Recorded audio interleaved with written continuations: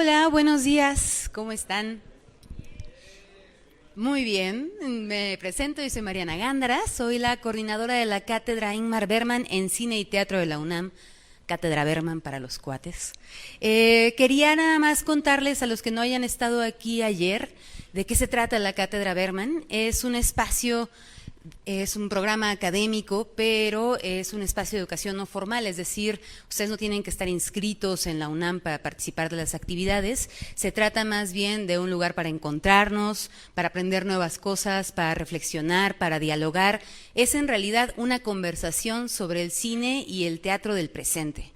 Y en ese sentido nos gusta mucho hacer una variedad de actividades, talleres, seminarios, conferencias, clases magistrales, prácticas experimentales como lo que presentamos ayer, una serie de formatos que lo que buscan es que podamos estar juntos y pensar y aprender. Y en ese sentido, esa conversación no nada más implica a aquellos que están, digamos, sobre el escenario, sino a todos ustedes. Y nos gusta mucho pensar que la cátedra, aunque nace en la UNAM, no solo le pertenece a la UNAM, le pertenece a todas las personas, a todas ustedes y a todos ustedes que están interesados en el cine, que están interesados en las artes escénicas. Creemos que su voz es muy valiosa y que es la única manera de que este programa en realidad se mantenga fresco, interesante y sobre todo pertinente. Entonces, para eso les vamos a pedir una cosa muy sencilla el día de hoy. Acá están nuestras redes sociales. En la cátedra no creemos en esa idea de que guarden sus celulares, sáquenlos, tomen nota de cómo son nuestros hashtags, tuiteen lo que les llama la atención, propónganos cosas que quisieran ver acá. Es decir, esta cátedra es también suya. Y lo que queremos hacer con ella es, para que eso sea cada vez más patente, pues generar una alianza con la Universidad de la Comunicación en donde más y más de nuestros eventos puedan suceder acá mismo y en donde más veces sean ustedes los protagonistas de estos talleres, de estas prácticas experimentales, de estos seminarios, etcétera. Y esto tiene que ver también con la idea de hacer una alianza entre festivales, es decir, esta actividad también forma parte de las actividades del Black Canvas, ¿no?, que está justo en un momento ya de ebullición maravilloso. Y sí, la verdad que sí. Y también nos hermana con DocsMX, ¿no?, que es otra manera de pensar la cultura, que sin duda creo que todos los que estamos aquí, los agentes culturales que hacemos posible esta actividad, estamos acá juntos porque creemos que eso, que menos es menos y que juntos hacemos más. Entonces, me interesaba muchísimo que pudieran estar todos ustedes acá para escuchar a Travis. Sin duda es una de las personas más inspiradoras, alucinantes y comprometidas que yo he conocido en mi paso por la cátedra. Ya lo escucharán, nos interesa mucho desde la cátedra la idea de cuál es la relación entre el arte y la política. Y creo que Travis es uno de los artistas más comprometidos de nuestro presente en ese sentido. Para hablarnos un poquito más de él, los voy a dejar con alguien de casa y alguien también para nosotros en la cátedra que ya consideramos de casa igual, el querido Facundo Torrieri.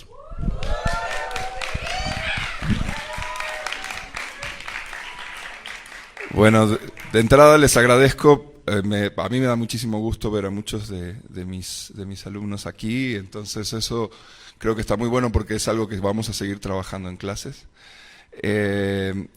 Yo creo que la mayoría de ustedes tienen ya una introducción acerca de quién es Travis, pero básicamente, más que nada, creo que lo importante aquí es entender cómo se hace el cine desde una mirada más integral, desde un punto de vista que incluye nuestras posibilidades y nuestros contextos directos, digamos, porque normalmente, de algún modo, nuestra manera de pensar el cine acerca de una herencia industrial hoy en día está cambiando y está cambiando a mucha velocidad y realmente no podemos pensar que en nuestra producción como seres humanos esté dependiendo de una estructura que de algún modo viene de otra época, se ha estado actualizando permanentemente y sobre todo en esta actualización se incorporan nuevas maneras de ver el mundo acerca de la conciencia de lo político. En el caso de Travis, lo político, digamos, que es algo que está completamente asociado a sus trabajos, desde una, como decíamos ayer, desde una posición del activismo, pero del activismo desde el punto de vista de la conciencia, desde el punto de vista de la mirada. en el sentido de que nosotros somos activistas en tanto estamos en contacto con nuestra realidad, y cuando desarrollamos esa conciencia de la realidad hay ciertas cosas que se vuelven urgentes en nuestros discursos. Entonces, entender la mirada de Travis como una mirada totalmente honesta y al mismo tiempo totalmente comprometida con su propia conciencia, con la conciencia del presente. Yo creo que es algo realmente único y tenemos una oportunidad también, o sea, maravillosa de poder tenerlo aquí, porque realmente esto no sucede en muchos otros contextos. Ayer hablábamos con Travis que es muy difícil que esto suceda, por ejemplo, en los Estados Unidos, esto que está pasando en este momento aquí, porque los contextos políticos lo impiden. Sucede mucho más en Latinoamérica, de modo tal de que realmente cuando estamos reunidos en estos lugares estamos creando un espacio de mirada y de discusión del cine que realmente es único y en ese sentido es privilegiado. Y hay que aprender a verlo. De algún modo nuestra experiencia directa es lo que transforma la realidad. En este caso, esta experiencia, la de tenerlo a Travis aquí, al igual que sus películas, que son una experiencia transformadora, estoy seguro que a ustedes les impactará de esa manera.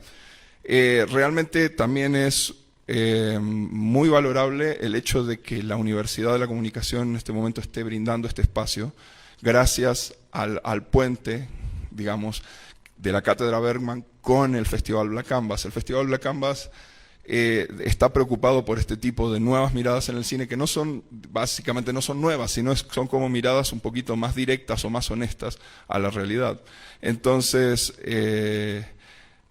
nada, o sea, entender o de algún modo apreciar lo que nos está pasando creo que es clave también como parte de esta experiencia. Y bueno, sin más los dejo con Travis.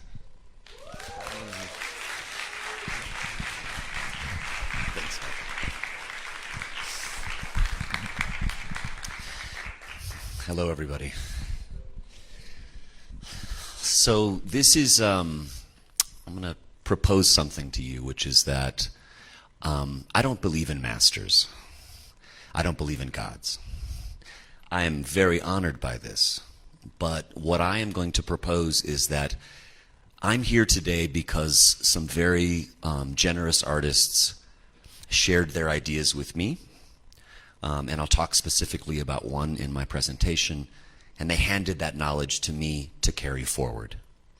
And I believe that in this room today is perhaps the future of cinema, and it's one of you.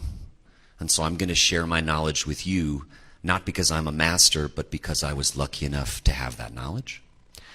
And I'm going to ask you to carry it forward. That I've been to Mexico now 3 times in the last 18 months. And I think that Mexico perhaps can be the future of cinema. It can show the rest of the world what cinema can be, and that's up to you. So I'm placing that on you now. So I'm going to share as much as I can in this very brief period, and then I'm going to look forward to seeing the remarkable works that you'll produce in the future, you know, based on a lot of influences, maybe a tiny little bit from what I tell you today. Okay. So my entire practice has been concerned with the relationship between art and social change. What can films do? What can they not do? How can the world be transformed? I think we all know the world is pretty fucked up, right? Like, this is a knowledge we all have. And so one of the challenges for me is to find strategies that don't simply remind us how terrible it is, how many problems there are, but at least attempts to begin to work towards proposals of solutions. Because one thing I know is that every problem has a solution. If we haven't discovered it yet, that's our own limitations. We haven't worked together, we haven't found it, but it exists. There are no insurmountable problems. That includes violence, it includes war, it includes racism, and it includes climate change, which all of you are dealing with now. Like, your generation is going to have to deal with the inadequacies of my generation. And I'm sorry. I apologize on behalf of my old generation. And so my work is always concerned with this. So I want to show at the beginning a strange little clip. It's not a film. It's a clip from a moment in my life that I feel like embodied the challenges for me, which is Am I a filmmaker? Am I an activist? Am I both? Am I neither? Right? So this is like a strange little moment for that. So let me find my my clips here. All right. All right, I'm not getting that. Okay. Mm-hmm.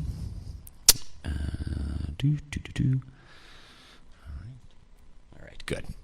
Now, first of all, I need to make sure that the playback is not going in order here. Okay.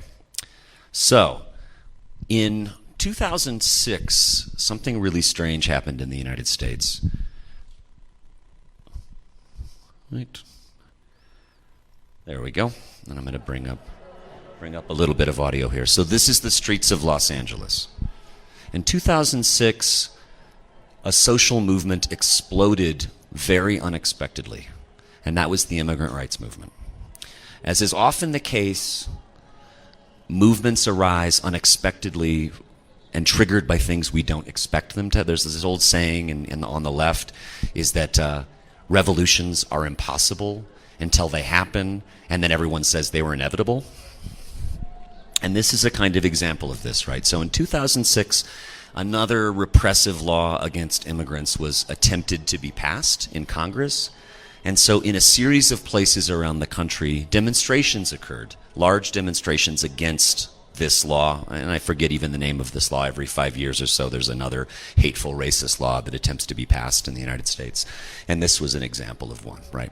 And so what happened is that over the course of the next few weeks, day after day after day, these large demonstrations would take place in the downtown area of Los Angeles. Now, I don't know if you can get a sense from this image, but there were 1 million people marching on Broadway.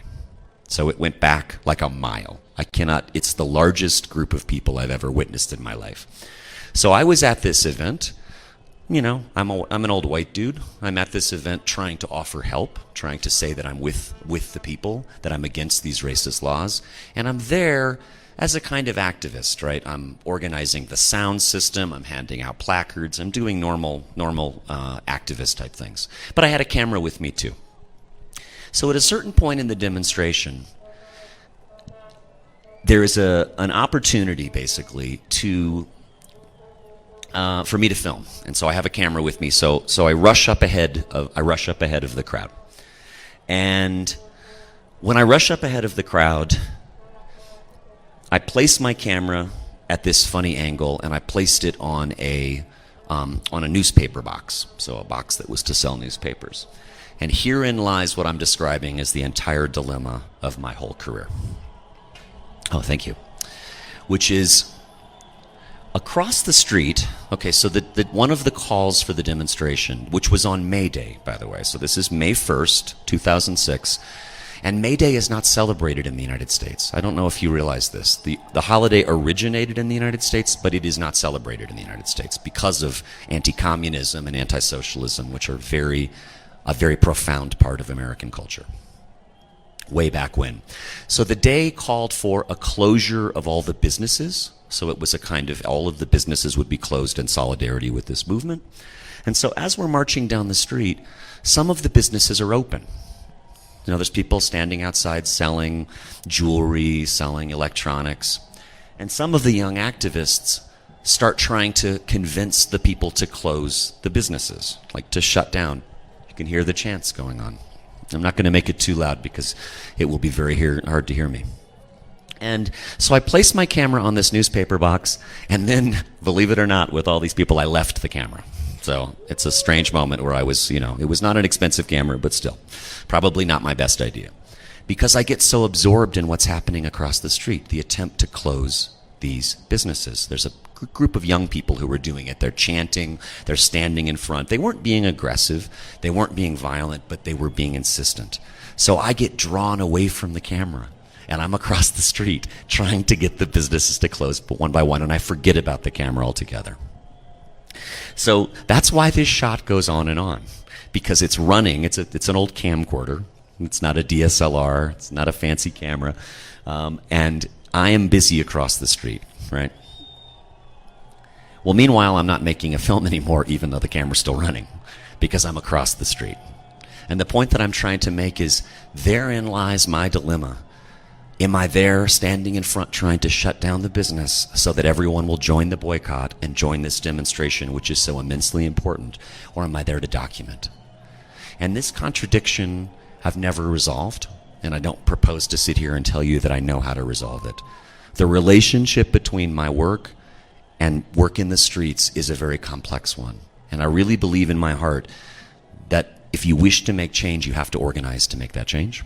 And if you wish to make creativity, you have to dedicate yourself to that. So to find a balance between those two things, because the most important thing that I feel can be done politically is to give people the belief that they should continue to struggle, and that struggle will eventually produce change. And you now hear it, because we won. And one by one, each of the businesses closed.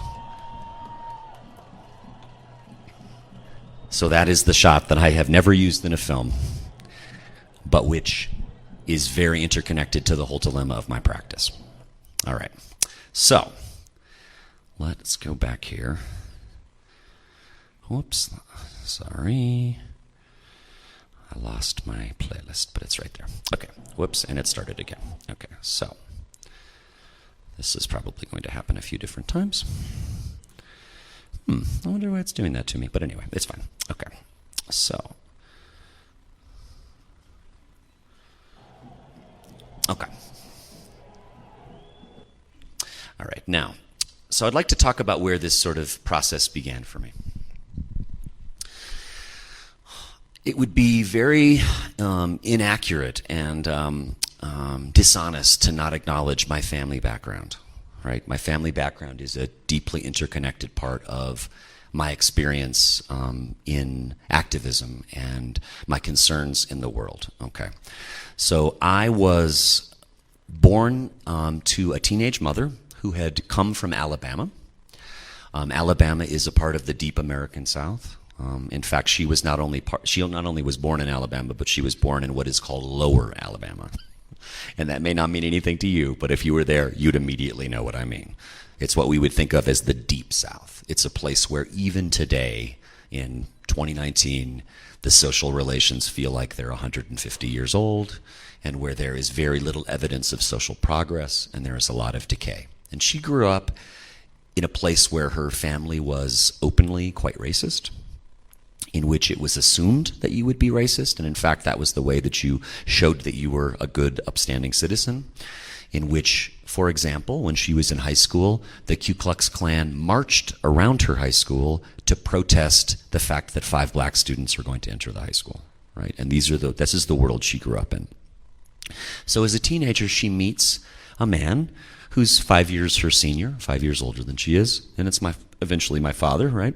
Who has just returned from the Vietnam War, where he was a helicopter pilot, and he's actually a very decorated helicopter pilot. He was one of the most decorated pilots in the war, won the Distinguished Flying Cross, got something like 20 or 30 different medals for his conduct in the war, but he hated the war. The whole time he was there, he felt that he was an occupying force, that the Vietnamese didn't want him there, and that they believed in Ho Chi Minh. Something that he talked about over and over again was that they all referred to Ho Chi Minh as Uncle Ho, right? As like a family member that they looked up to. And so he came back not really sure what to do with this. He was still in the army, and he hated the war, and this was in 1966, so the war was still going to go on for a long time. And he meets this teenage girl from Alabama who hates racism, and the two of them kind of form an alliance, and they decide to leave the South together, and they go as far as they can. And meanwhile, my mother is pregnant with me. Like I said, she's just a teenager. And so I'm born in Colorado, not because we had any roots in Colorado, it's the American West, but because my mother and my father were fleeing the South because they were trying to escape from war and racism. So I grew up in a family where my ideas that I'm sharing with you today were normal, right? That war and racism were the twin evils of our home. And they became a kind of religion in my family. We didn't have religion, but we had that. And so everything in my childhood was reflected through war and racism. So the films that I make, they're just in a way, completely consistent with the family that I grew up in. There's no great rupture with my family. So often, radical people are rebelling against their family, right? In the same way they're rebelling against their state, their teachers, so on and so forth. But in my case, that's not the case. It was actually a kind of loyalty to my family because I was so convinced from such an early age that they were right and that war and racism were not inevitable. To the contrary, and that they could be ended and they could be transformed. And I still believe these things very much. And so that's the foundations. Okay, so now I'm going to talk about how I end up as a filmmaker all of these years later. So I find myself in the early 1990s traveling to Cuba on a regular basis. I ended up going there several times. Why? Well, because I grew up in this home and think about these things, well, I'm going to step backwards and tell you a little story that tells you something about the United States. So my first day of first grade in a public school in Denver, Colorado, where I grew up, the little old lady, Mrs. Scott was her name. This is the first time I have said her name aloud in decades, and so I hope her ghost is not unsettled by my speaking ill of her. She sits us all down on the floor, and she says to us, "You know, there's an evil place in the world where no one believes in God, and it's called Russia." Okay. Well, you can imagine I'm a little kid. I'm in my first day of first grade. And that, first of all, that's already telling you how much xenophobic propaganda exists within U.S. society. Like that you would be taught this on the first day of school. It's all the time. So I hear this, and because I'm growing up as a 6-year-old with parents who tell me that religion is not a good thing and that we don't need religion, I'm already thinking, like, what is going on here? And so I go home and I talk to them about it, and they explain to me a little bit about anti-communism and its relationship to the Vietnam War. And so all of this stuff starts to develop in my head. And so when I'm a teenager, when I'm 18 and I'm in college, I apply for a fellowship to go to the Soviet Union because I want to see it myself. So all those years later, I'm still thinking about this woman trying to convince me that people are evil in another country, right? Well, so this is a big part of why I go to Cuba. So then I take a class when I'm in college. I take a class on new Latin American cinema. It's now like my Bible, right? It's like everything to me. I can't even imagine my life without that cinema. But I'm seeing things for the first time that are just like, oh my God. And one of the things I see Cuban cinema. So I see Memories of Underdevelopment by Tomas Gutierrez Zelaya, right? And I see this film, and I think, there is no way that Cuba can be the country that I have been told it was if they make this movie, right? It's impossible. And so I decide, in college, I'm going to start trying to figure out a way to go to Cuba, just like I went to the Soviet Union. And so I start going over and over again. And the first time I go to work on an organic farm. I'm not going there to make movies or anything like that. I go to work on an organic farm because I have a trip I can go down and I can contribute to this farm. And the organic farm is next to the film school. So it's just location.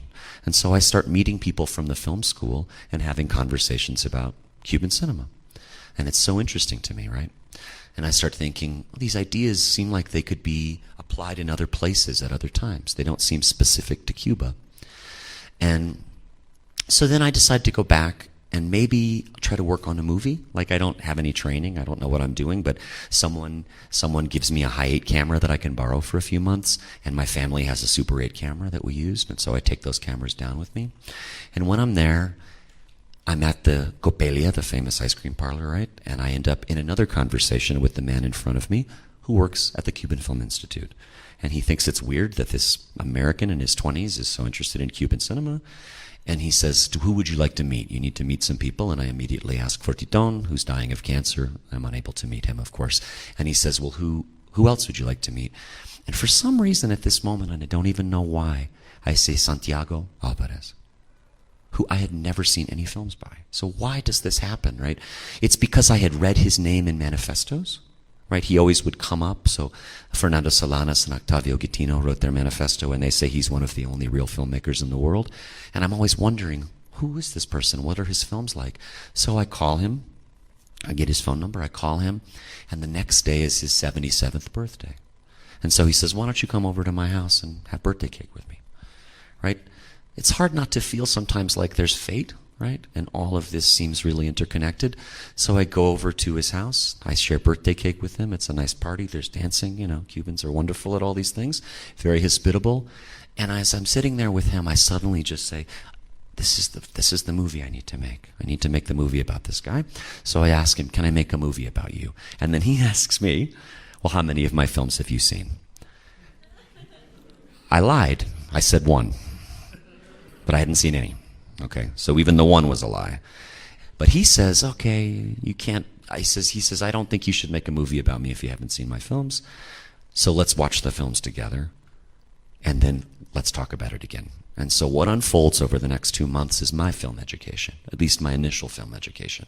And so for 2 months, we just sit there and we watch like 50 or 60 of his films. Some of them are amazing. Some of them are weird and strange and out of date. It's a whole range. Some of them, by the way, are very long. We think of his films as short, but some of them are. I watched one film that's like 5 hours long. He made both the longest films in Cuban film history and the shortest films in Cuban film history. So he did both. But the key is that I learned very quickly that what he's doing is making a different kind of film. He's making film that's operating on a couple of different levels. One, it's highly experimental, but two, it's highly political. And we tend to separate those things out, right?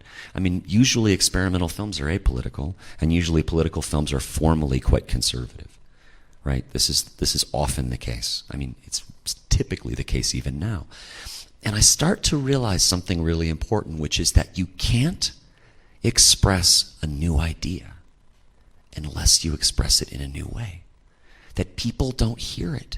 It doesn't penetrate through all of these things that we've built up, all of these restrictions, unless we're finding new ways to express it. And over and again, I'm watching this. Now, what's important to understand about Santiago is that the reason he came to this form had to do with the way that he was working. That I'm convinced that labor determines form in many ways. It determines social relations. It determines relationships between men and women. It determines relationships between the rich and the poor, the labor that's involved. And so his labor is that he doesn't start filmmaking until he's in his 40s. I don't know if you know this about Santiago Alvarez, but he had not made a film until he was in his 40s.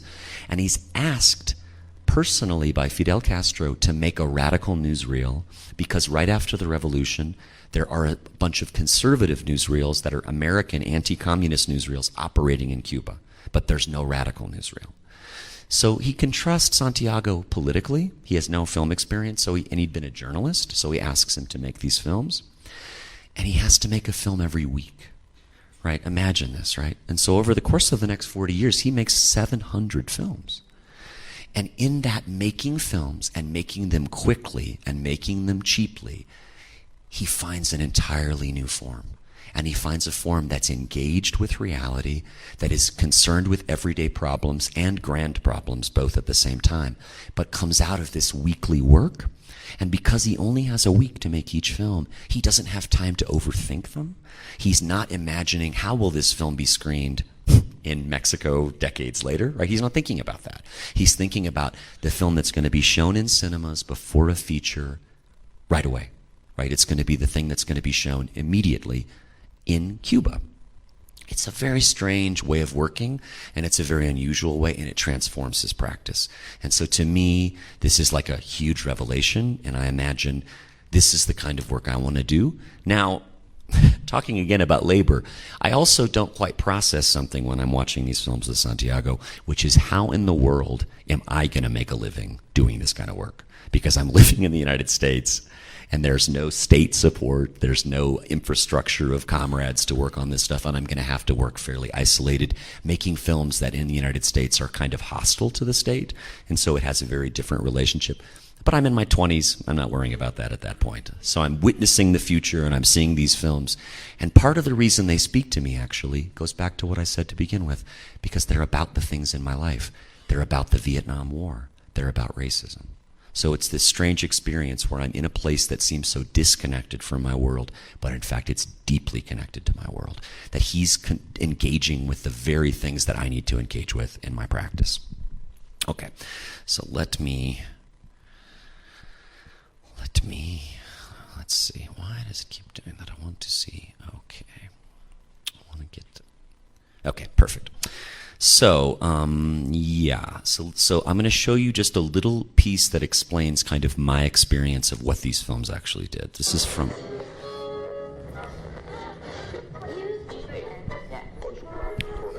So this is from the film that I made all those years ago. On my way home from Cuba, I was detained for Sorry, the audio is very bad. by U.S. Customs in Chicago.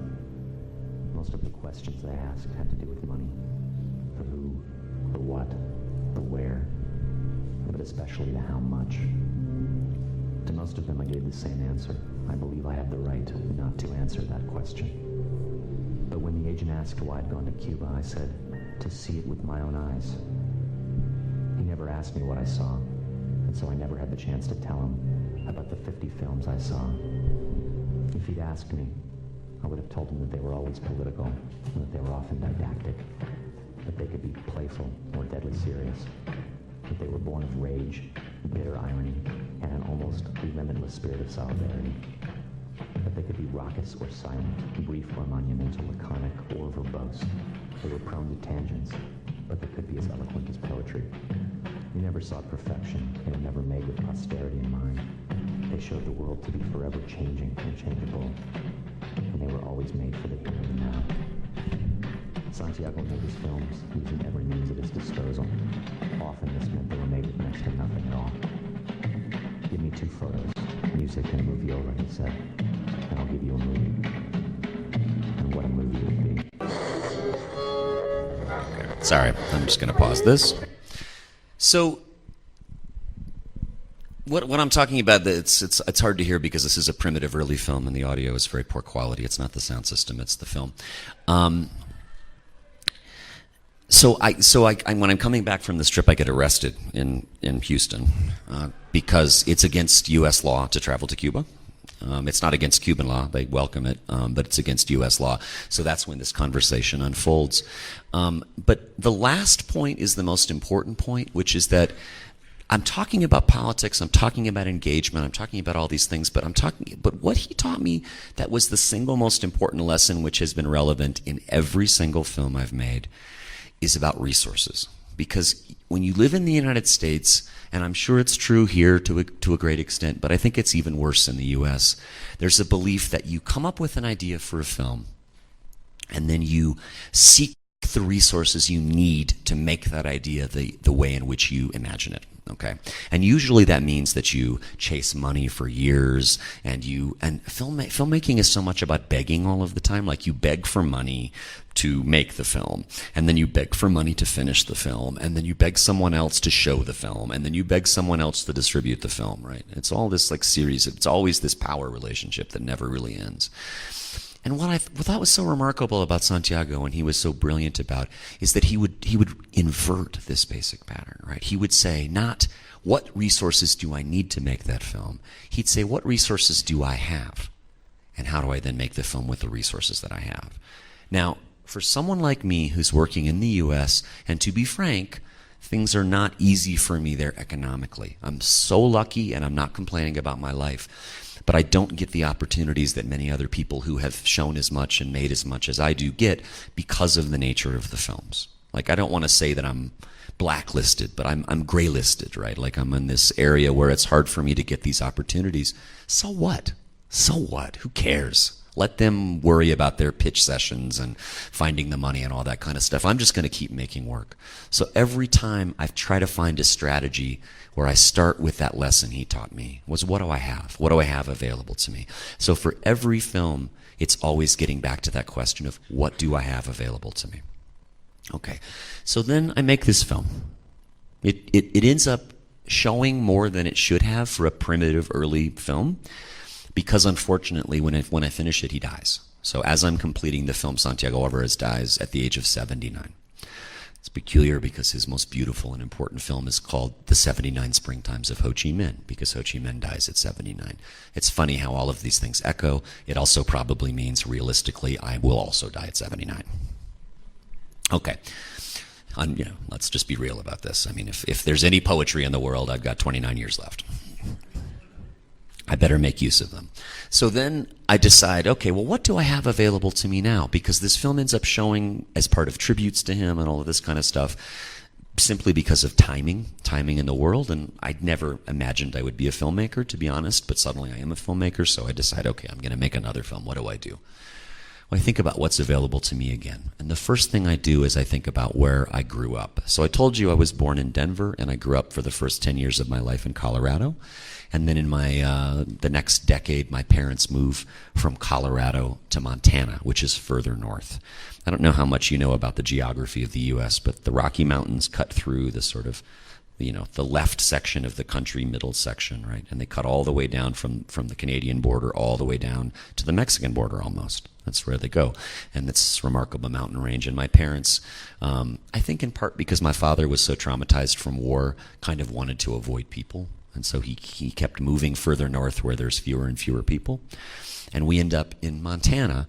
And we end up in Montana for this reason that initially it's because he wants to live in this beautiful place and he loved skiing. He has all these very basic dreams. But because he can't find work in the place he wants to live, we end up in this other town, which is Butte.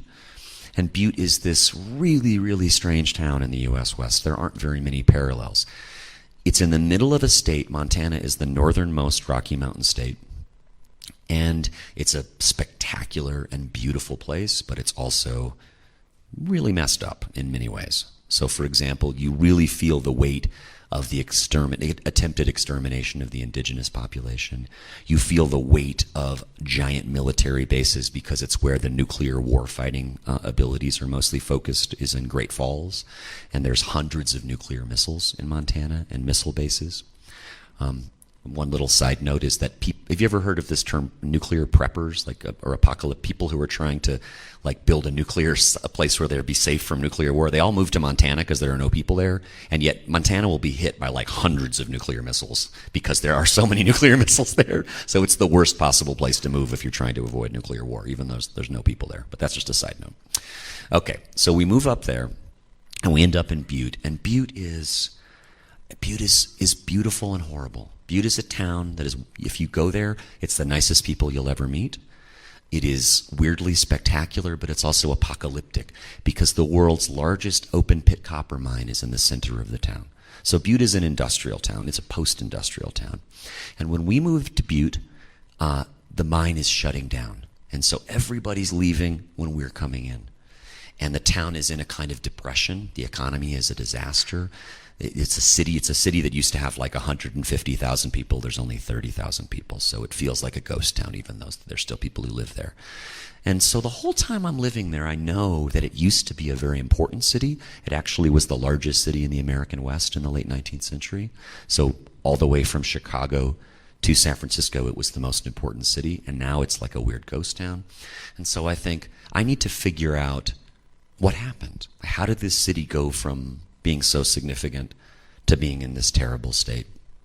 Okay, so I start thinking about an urban legend in Butte. And if you grow up in Butte, partly the way that I did, there's different stories that people tell. And one of them at that time was that there was a very famous radical organizer who came to Butte in 1917. And his name was Frank Little. And he was an organizer for the industrial workers of the world. And the IWW it still exists, and it's still somewhat active, but it's very small. During the period of World War I, it was incredibly important in the United States. It was the force that the police were terrified of, the state was terrified of, because it sought to organize all of the workers who had not been organized. They called it One Big Union. And it was a radical union that called for the abolition of capitalism. And that their strategy, this was before the Russian Revolution, so their strategy was that the general strike would overthrow capitalism. Okay. So during World War I in Butte, Butte is very important to the war effort for the United States. Why? Because copper is essential to the war drive. Copper is essential to the war drive because of the way because of its connection with electricity and all the factories that are producing the weapons, but also there's a very direct reason, which is that bullets at that time all have copper in them. So it's said that every single bullet fired by every single American gun in World War I had copper from the Butte mines. So they need to keep these mines going. But in the middle of 1917, there's a terrible fire in Butte. And almost 200 miners are burned up in the fire. The work conditions are really terrible. And so the whole town has a giant general strike in this town. It's one of the most important labor actions in U.S. history. The fire was called the Speculator Fire, ironically, the Speculator Mine. And so different organizers come from all over the country. They descend on the town because this massive event is unfolding. And one of them is this guy named Frank Little. And Frank Little is a very mysterious figure in U.S. history. We still don't know very much about him. But he was a leader of strike after strike after strike. He's an infamous person who's arrested dozens of times, multiple times is nearly murdered. Right before he comes to Butte, he's in the Iron Range of Minnesota, and he's taken out of town and dumped in a ditch with a noose around his neck to tell him that if he comes back to town, they're going to kill him, right? But he's a fearless man, so he comes to Butte. And he arrives in this very contested space. And try to imagine this if you can. It's Butte, Montana, in the middle of a massive strike that the entire country is looking at, and everyone is worried about, and everyone wants to know how it unfolds. And they invite him to speak at these giant events. Okay. There's no microphone, right? There's no electrical system. So he's speaking to 5,000 or 10,000 people with his voice. And he doesn't just say, let's win the strike. He gets up at the height of the war effort, and he says, let's overthrow the system, right? Like he takes it really far in a very dangerous place. That's a very violent place. And you can guess what happens to him, right? The organizers, the owners of the mine, which was the Anaconda Company, and the Anaconda Company was the most powerful corporation in the world. They basically decide it's time to kill Little. We have to kill this guy. Which brings us to this question. They kill him. And his death somehow seems to me interconnected with the future of the town. And so this is the film I make. So I talk about what resources are available to me. The resources that are available to me is this inside knowledge of a town that somehow is interconnected to the rest of the world, even though that town is forgotten. And so the next film I make deals with that, and that's called An Injury to One. So let me show you a little piece of that film.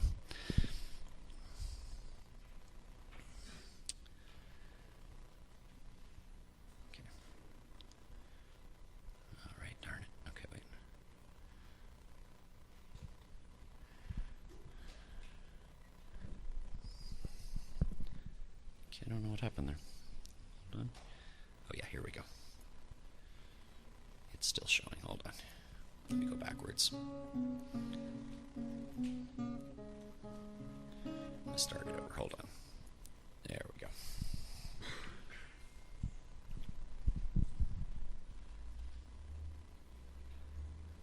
Pretty sure it's coming. Yeah.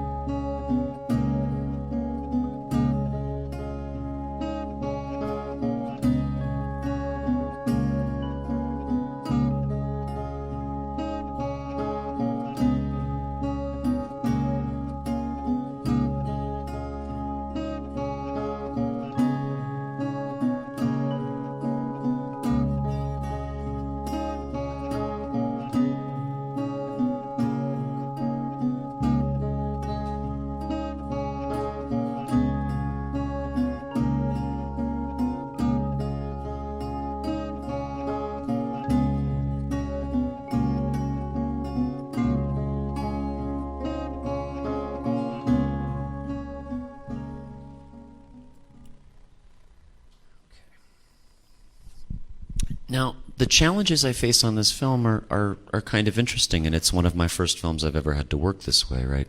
Which is that I'm confronted with the fact that there's not that much information left, right? That the documents have all been destroyed, the police files are all erased, information about the murder is erased, the coroner's report is erased, everything's burned, everything's destroyed. And part of me was very frustrated and felt like, well, I wanted an answer to this question: what happened in the murder, and what did that murder have to do with the future of the town? But what I discovered was this lesson of Santiago's again, right? Which is that I looked at the resources I had available to me, and I could solve the problem. And the resources I had available to me was I had the landscape first and foremost. I had a destroyed place. And that destroyed place kind of told me everything I needed to know. And then I had little fragments of documents. I had songs. I had little narrative accounts. I had a handful of photographs. And the relationship between those things was everything that I needed. And in fact, I was able to make a fairly, dare I say, articulate film about the circumstances of that town and what had happened. And the film traces kind of mostly the past, and then at the very end connects it to the future, the present and the future. The film ends with something which, if I had 5 hours, I would show you a fragment of, but I'm going to have to move ahead, which is that the ecological disaster in the town is now a profound one. There is a giant open pit in the town, and it has almost a mile deep of water, and that water is very toxic. So the water is full of chemicals, and the water is full of metals. And this kind of hovers over the town, and every so often birds land in the water and they die. And so the film ends with a story of 300 of the birds dying in one incident. So 300 of them land in a storm, because geese in a storm their instinct is to land on water and wait the storm out. So they all land on this lake, and the next morning there's like 350 of these dead animals floating in the water. So that's the way the film ends. The town doesn't end that way because it's still there. And so last year, 4,000 geese died in the lake. So 4,000 animals. Then it's just like this apocalyptic thing. The reason I bring it up is because what ends up happening actually is something that I was not wise or smart, but was a coincidence, which is that the film interconnects the repression of the labor movement with the future ecological problems. And I'm convinced that this is something that all of you are facing now, right? Which is that we are now in this kind of apocalyptic crisis of the ecology in the world, and that it's interconnected to the fact that working people have been so dispossessed from power that they cannot contribute to the shaping of the society. That it's only people from above who have shaped the entire organization of society. So this was, again, it was not a wisdom on my part. It was a set of circumstances. So again, the labor produces the ideas, and I think that's an extremely important notion. So I ended up making, at that point, a series of, I made other films in Butte, and if we had a longer period of time, I would share the very strange story of my subsequent film. I made a fiction film about Butte after this that was entirely concerned with the contemporary reality. What the hell? I don't care how much time we have. I'm going to show you the ending of it. So the film is called Who Killed Cock Robin, and the film is it's a funny movie. I end up showing it. So at this point, my films are starting to screen a little bit. And so Who Killed Cock Robin shows in the main competition at Sundance for some reason. They have this idea they should, which was a terrible idea for everyone. And the film is greeted with unbelievable hostility. So imagine that right now in this theater, I'm starting to talk, and then 80% of you walk out in the next 30 seconds. And that's what happened at my screenings the entire time. Why this is a complex question, but so I present the film in this place, and the film kind of disappears, although later it's rediscovered elsewhere. But I think the reason is because fundamentally the film was about everyday reality in Butte, and it made people uncomfortable. And so the story came out of a real incident, which was that a young man in Butte shoplifted a six-pack of beer. So he did what teenagers, young people do all the time. He doesn't have enough money to drink one night, and he tries to grab some beer in a convenience store, and he gets arrested. And that arrest triggers his complete destruction in life, and within a week he murders his landlord, right? And this story just struck me as a way to articulate the reality of this town, that doing something so simple could have such catastrophic effects for you. Like a simple human error could destroy your entire life and other people's lives too. And somehow this seemed very connected to the truth of the town. And so I assembled a group of people and we made this film very collaboratively. It's all handheld, it's all chaotic. It's definitely a kind of neo-realist film. Yeah, this is the end of it. So this is after he has, let's see where I have it right now, actually. I'm not sure where the sequence that I have lined up is, but I want to make sure that okay, yeah. So this is the very end of the film. Yeah. Okay, so this is the very end of the film, and at this point what's happening is that this young man has been evicted from his home, he's lost his job, and it's all again triggered by this very banal thing, which was shoplifting. And at this point, he had a friendship with his landlord, and so he's kind of stalking his landlord. He's been cast out by his friends, and his landlord is a guitar player because the actor that I used is actually a guitar player.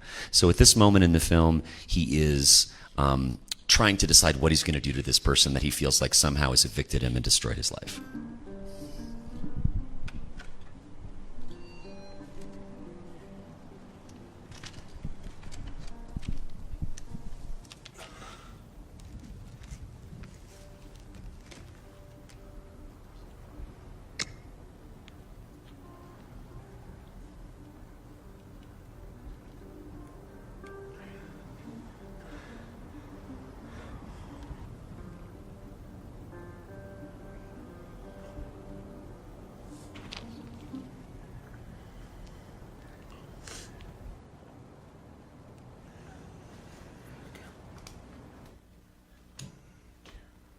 There ain't no grave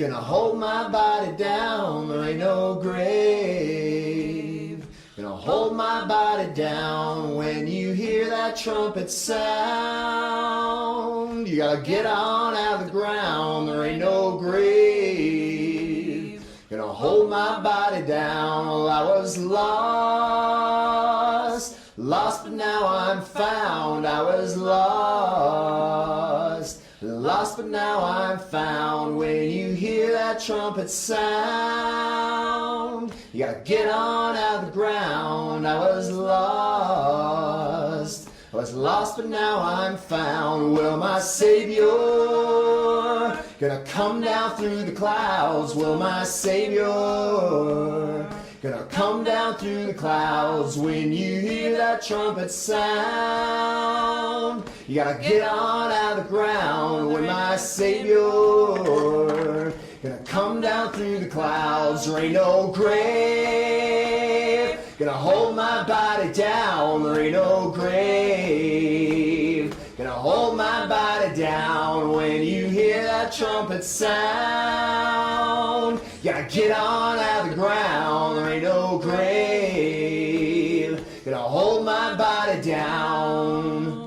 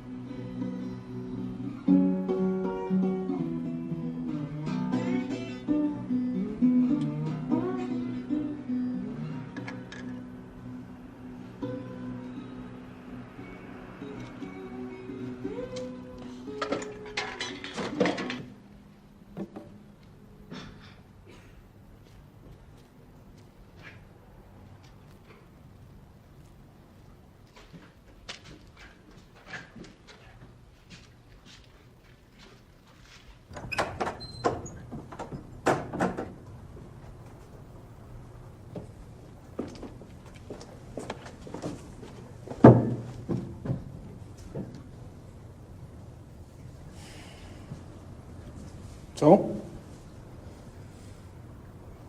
What?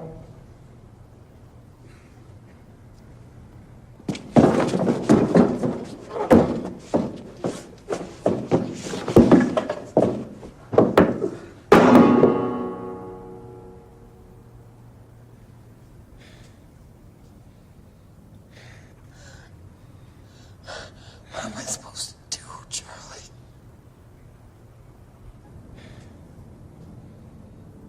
When the world is sick, can no one be well? But I dreamt we was all beautiful and strong. When the world is sick, can no one be well? But I dreamt we was all beautiful and strong. When the world is sick, can no one be well? But I dreamt we was all beautiful and strong. When the world is sick, can no one be well? So, just talking a little bit about, because I probably haven't talked enough about method. So this film was a little bit different, which is that we did it very collectively. So we lived in a house together. The music that you were hearing, except for the last little fragment, which is an incredible song from Silver Mount Zion, when the world is sick, can't no one be well, but I dreamt we were all beautiful and strong, which I think is one of the most incredible lines in a song I've ever heard. But we lived in a house together. The musicians recorded the music in back of the house, and it was highly collaborative and highly collective. There was no cinematographer. We passed the camera to people, so there were no specific roles. And it was really an attempt to make a kind of very radically different organized film from the way that I normally work. And we used only consumer-level technology, so very cheap video cameras at the time. But the problem was that in the U.S., it described a future because Butte was ahead of where the U.S. was going. The economy had already collapsed and the ecology was already destroyed. It made people very uncomfortable, and they all thought that it was a very pessimistic film. One of the main arguments in the film, which was shot in 2003, is that the wars in Afghanistan and Iraq will still be going on 10 years later. And everybody said that that was an absurdity and that we were being pessimistic. So, just goes to show. The consequence of that film, though, honestly, for me, was that I wasn't given any more money to make films for many, many years. It was a very destructive film for my career, which I was completely taken aback by. And so I had to put into practice these very questions that I described earlier about having very limited resources and working with limited resources, because I couldn't get any resources for a long time. And in fact, I didn't make anything that even approximated a fiction film for another 10 years. So I work in both documentary and fiction, and they're very interconnected for me. All of my fictions have a documentary element like this, and all of my documentaries have a kind of narrative storytelling in them. But it was a challenge, and so I'm gonna go ahead and leap ahead. I made a series of films, but I want to leap ahead to the most recent works, one of which I know that some of you have seen, and so I want to show a little fragment of, and in fact actually has subtitles, because I think it's useful for this discussion. So imagine that I want to make another fiction film, and for several years I was very shy about it, and I felt very pessimistic about it myself. And then years later I decided, why can I not make a fiction film exactly the same way I make my documentaries, which is with a simple camera, that I'm going out into the landscape, I'm shooting by myself. If I have help, I have help. If I don't, I just do it myself. And why can't I make a fiction film this way? I say this to all of you as well. We have a notion that if we're going to make fiction, it has to look like films that we think are fiction films. That's just bullshit, trust me. It's not true. We can work exactly as modestly as we have and make something beautiful and make something strong. And so after a few years of making more documentaries and making a series of films that, again, dealt with family history and landscape and places that I'd lived, I was living in Los Angeles. In Los Angeles, I found a challenging place to make films, not because it was particularly hard in terms of the actual making of films, but the weight of Hollywood upon me, right? In a place that there were hundreds and hundreds and hundreds of films made, feeling like, what could I say that was new? What could I say that was original? How could I operate in this landscape and make something that was distinct? So it took me years. I lived in Los Angeles for, 10 or 15 years before I finally made a film there. Then I made a documentary there. And then I thought, no, I'm not going to be defeated by the absurdity of what happened at Sundance with this film, which was very hard and very distracting. It's hard to explain what it's like to be in the center of the independent film world and the target of all of the criticism and all of the humiliation. It's like even now I can Google it, and it's pretty entertaining to read what people said about this film. And so to turn away from that and to say, no, you were mistaken, and I still believe in this, and I can make this work, was a real act of faith on my part. And so for me, I made this film Machine Gunner Typewriter, which existed at the intersection between fiction and documentary. It was made in Los Angeles. And I thought, well, what do I have available to me? Same thing. What are my resources? The resources I had available to me was I had my DSLR, which was a Canon 5D Mark II, which I'd had for several years. I had an apartment that was very modest and funny things on the wall in my apartment. But I also had this knowledge of this remarkable landscape of Los Angeles, which is weird and dark and complex. And what I discovered as I started to shoot films in Los Angeles is that it was actually really easy to shoot films in Los Angeles despite Hollywood, because Hollywood just shoots the same crap over and over and over again. And so the giant amount of the city is largely hidden, right? So for example, East LA, which is the predominantly Spanish-speaking part of the city, is only in a movie in some kind of condescending way about the Spanish-speaking population, right? There's no actual engagement with that part of the city, and that's the part of the city that I lived in. So right away, just shooting most of the film in East LA already gave me lots of originality and lots of different ideas. Also, shooting downtown from the east. Everybody who makes films lives on the west because they're rich, so they're always shooting downtown from the west. So all you had to do was just reverse it, and suddenly it looked totally different. And all of these things were kind of interesting to me. But the most powerful thing I had was a series of these places in Los Angeles that I could go to that were really interesting and that told stories about violence, racism, and the hidden history of the city, which was powerful and interesting, right? And so I thought, well, how can I create a fictional idea about these things where I can go to these places and that somehow engages an audience, but still allows me to do this kind of landscape documentary in the context of a fiction film. So I made up a story that's like, in a way, a kind of film noir cliche about a disappeared woman and a man searching for her, but I tried to frame it in this new way. And the idea that I had was that I also had this little radio transmitter, a pirate radio, an illegal radio transmitter, because I would periodically do illegal radio broadcasts. And so I thought, imagine if that was the starting point, that I was doing an illegal radio broadcast. And then I thought, okay, well, maybe the radio broadcast was directed towards one person. It was directed towards the woman who had disappeared. So I started trying to find ways to create an organizational structure for the film that would actually allow me to do the things that I wanted to do, but frame it in a language of genre that would open up that film. So at this point in the movie, it's fairly early on, and it's essentially a character who is recounting his relationship with this person over a radio broadcast that happens in the middle of the night in an attempt to find her, because he had initially found her through the radio. He was doing a radio broadcast, and she contacted him, and that's how they became friends. And the idea is that somehow, by recreating this broadcast, he'll discover her again. So I'd just like to watch a little bit of this, because I think, again, it somehow, it's interconnected to a faith that you actually can produce strong work with extremely limited resources if you're just thinking of those resources creatively enough. So this is sort of early in the film, and kind of takes us to a certain place in that film. Hold. Of your revolution. Okay. Okay, here we go.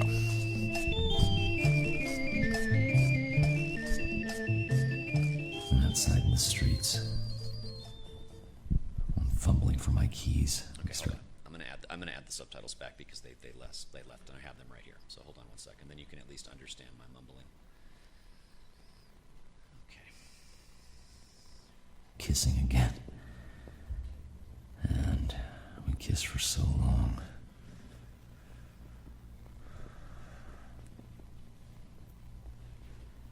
And my lips are still red and sore the next morning. And then we see that there's a coyote watching us the whole time.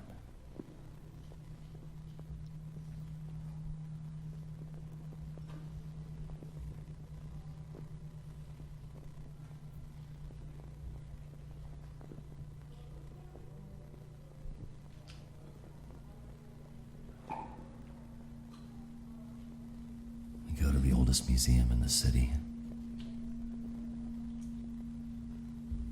We stare at all the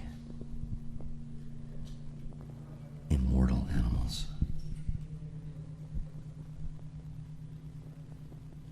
Conquest taxidermy. I can't tear myself away from the buffaloes.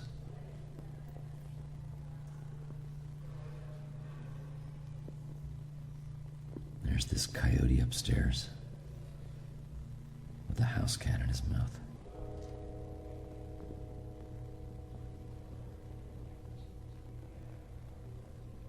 Down in the basement, in a nearly empty room,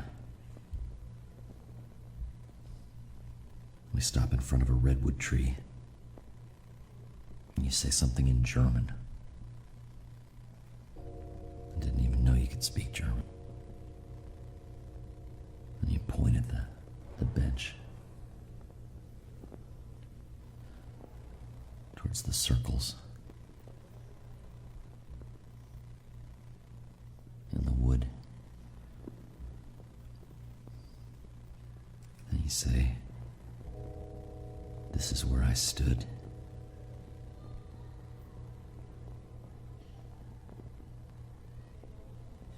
And this is the size of the blast I set off."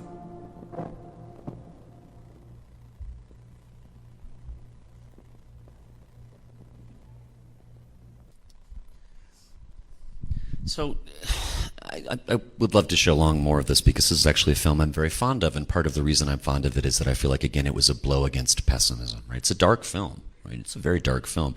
But for me, it was a light film because it was a film of me showing that you couldn't stop me from doing something that you tried to stop me from doing. Right, I made a fiction film. But it taught me something else, and it's something that I think is of use to filmmakers who are just developing their practice, which is that storytelling, we tend to associate storytelling with Hollywood filmmaking. And we tend to think of principles of storytelling in terms of the language that Hollywood uses, a 3-act structure, a very traditional structure. And I think that those ideas are very useful, but I think they're also framed by commerce. So I think certain ideas of storytelling come from an attempt to sell something to the largest number of people in the greatest number of countries. Like it's a commercial thing. However, we shouldn't resist storytelling as a fundamental human need, which is part of the way that we all make sense of the world is through stories and the way we tell stories and the way we share stories from generation to generation to generation. It's extremely important. And to resist storytelling in films is wonderful. And I love abstract films. I love films that completely move away from stories. But you do it at your own risk, right? It does alienate an audience in a way that framing things in the context of a story can really open up the discourse. So I made 2 films in a row in Los Angeles, and one had very little storytelling and was about events, and the second was framed by a genre. And the second showed much more widely and allowed me the opportunity to express myself politically more ferociously because it was framed in the context of a story. And that was very powerful to me, right? So the next film I made after this was the same kind of thing. I wanted to investigate a family story, and that family story was that my great-grandfather, his name was S.E. Branch, was a racist murderer who murdered several people and got away with it. And I wanted to investigate one murder in particular, which was the murder of a man named Bill Spann. And I wanted to figure out what had happened to that family, why he had been charged with murder and then the charges disappeared. I'm talking about my relative. And significantly, what the consequences for each family were. Were there consequences to my family? Were there consequences for the family of the murdered? And so I worked on this film, Did You Wonder Who Fired the Gun, for on and off for 3 or 4 years. But I framed it, okay, again, so this issue, I framed it as a kind of Southern Gothic, right? So a kind of spooky, noirish story. And that allowed me to push things fairly far politically.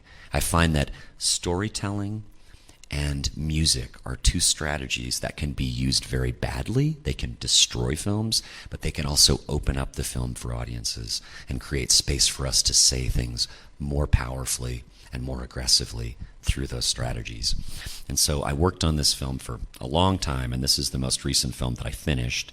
Let me just really quickly here, I want to add, I want to add the subtitles into this again.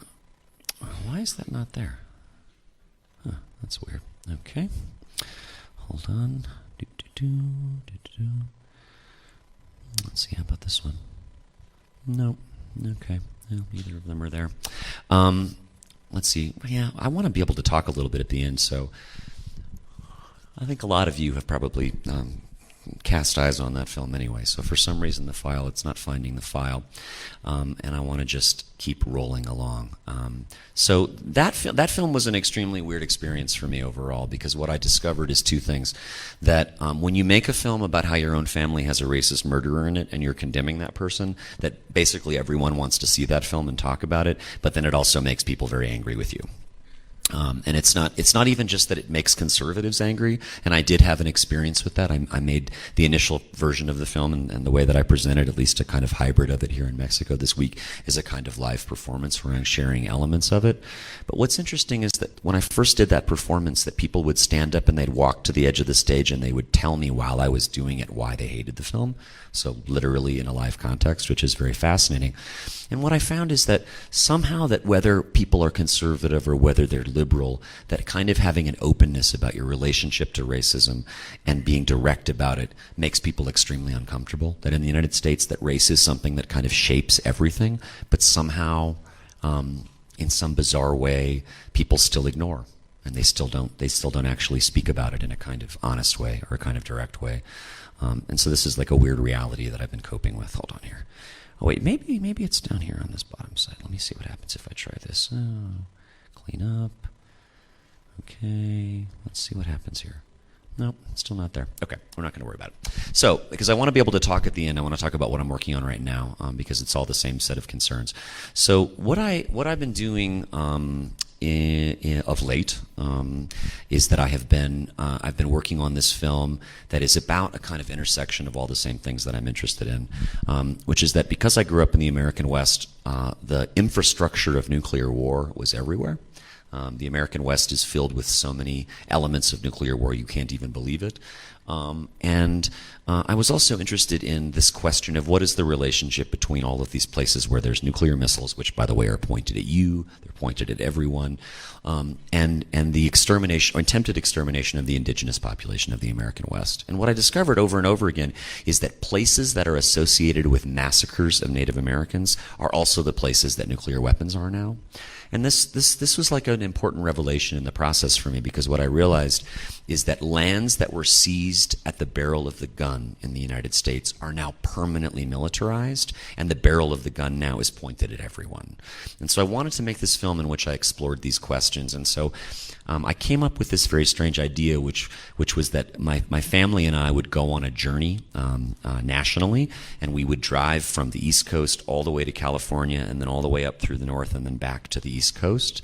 And we would visit as on a family. Americans love road trips. It's like a very American thing to take summer road trips. And so we did a summer road trip with a little RV, but we just went to nuclear sites. And so I took all these little kids to the nuclear sites. And it was, and I'm really glad people are laughing, because I thought of it as a comedy. I really did. I thought it was a kind of comedic gesture. And I thought that comedy would allow something so overwhelming as nuclear war to open up. Again, like I talked about storytelling, and I talked about music as opening up discourse. And I thought, well, it's interesting because it seems like comedy would do the same thing. As the shoot developed, I think that the comedy diminished because I was so horrified by what I saw. And so we went to, I've filmed 25 different nuclear missile silos in the last 2 months. I've filmed nuclear test sites. I went to Los Alamos, where the weapon was created. I went to place after place after place. And it's overwhelming. It's overwhelming. So you go to a nuclear missile silo, and if you can imagine this, it's surrounded by a fence. There's no security at all, honestly. Like, it's weird how where there's security in the United States, which is immense, and then where there's not. Nuclear missiles are completely undefended. And so you go to these silos, and inside, so there's a fence around it, and then the silos have really strange names. So each missile has a name, and the missiles are named after people, the missiles are named after celebrities, senators. And it's like, but they're also named after, like, so some of the silos are named things like crying children or famine. Right, like, just really strange. There's something very bizarre in all this. And so I would go to these sites. But I also went to Los Alamos, where the weapon was developed. And that's going to take me to the little fragment that I want to show you, because it's so bizarre. Because I want to share a story with you that tells you the kind of dilemma of the film for me. So the story about the development of the nuclear bomb, I don't know how much you know about this. Obviously, generationally, it's a thing. During World War II, the U.S. started the Manhattan Project, and the Manhattan Project was designed to develop a nuclear weapon. And the argument for it was that the Nazis were going to get a nuclear weapon, and if they got the nuclear weapon, they'd destroy the world, right? They'd take over, they'd use it to destroy the world. So they developed this nuclear weapons program in direct response to the Nazis. But there's a historical event that we now know is true. It's weird and it's unsettling, but it's entirely true, which was that by the time the U.S. started the Manhattan Project, the Germans had already abandoned their nuclear weapons program. Now, we did not know that at the time, but we know it now. And the reason that the Germans had abandoned their nuclear weapons program is because scientists in Germany believed that if the weapon was tested, that it would set off a fire in the atmosphere that would burn up the atmosphere, and the entire planet would be destroyed from the first test. So they took this information to Hitler, and Hitler said, we have to abolish the program because that's too dangerous. Hitler. That was Hitler. The U.S. has the same information, and they move forward. This is a historical fact. It's very unsettling, but it's entirely true. Okay. So the U.S. moves forward with their program anyway. By the time the test takes place, the Germans have surrendered. So can I make this clear again? At the Trinity test, the Germans have surrendered in the war. The war with Germany is over. The war with Japan is not over, but the war with Germany is over. American scientists are about 50-50 on this question. Will it set off a fire that destroys the world? And half of them think it will.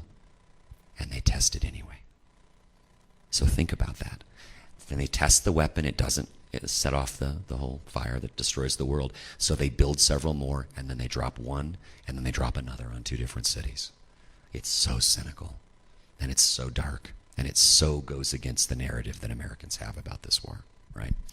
So to give you a sense of what the film is like, so we go to the test site. So we go to the Trinity site. You can't actually go to the Trinity site except twice a year. There's weird events where they take tours and people take cameras and they take snapshots of the Trinity site. But when we're doing the road trip, we're not able to do that. So we get as close as we can.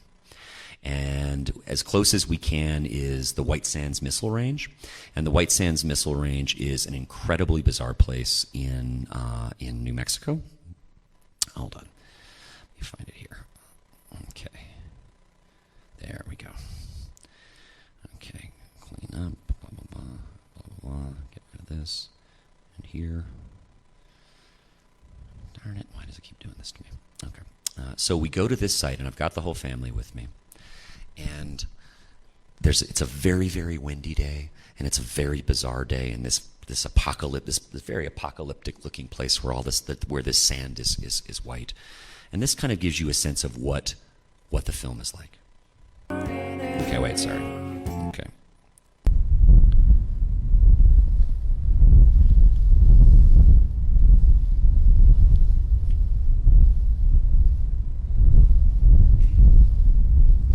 That's my family.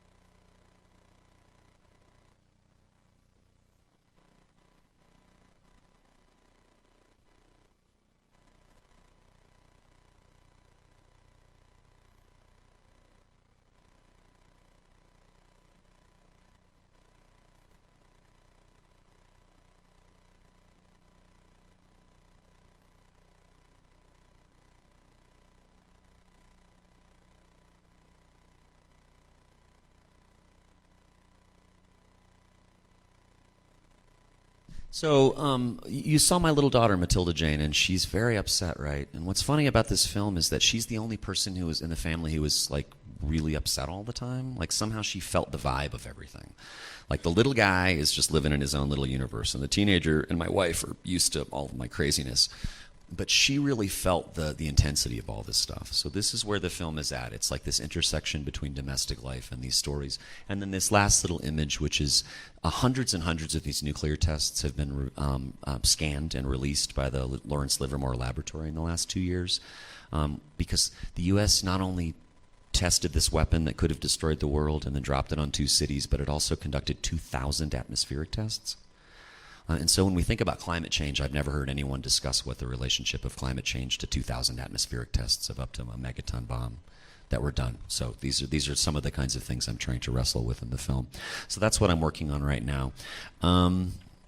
I had like 10 times as much material that I was going to show you, and somehow I managed to talk too much, and so I'm sorry, but I also know we just have like very little time left, and so I want to be able to have a few questions and engage with you guys in a back and forth, and I'm sorry it's been so one-sided, but that's kind of where I'm going to begin. It's sort of in my formal presentation, and I guess we just have like a couple minutes left, but maybe a couple questions, and then I'm happy to hang out afterwards and talk to people too.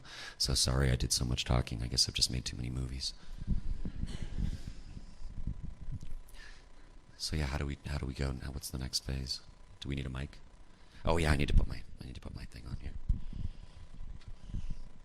We just have like 5-10 minutes, yeah. Okay.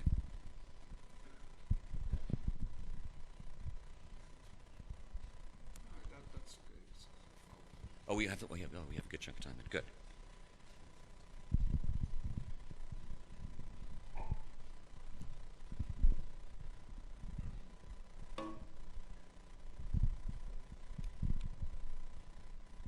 Anybody have any questions?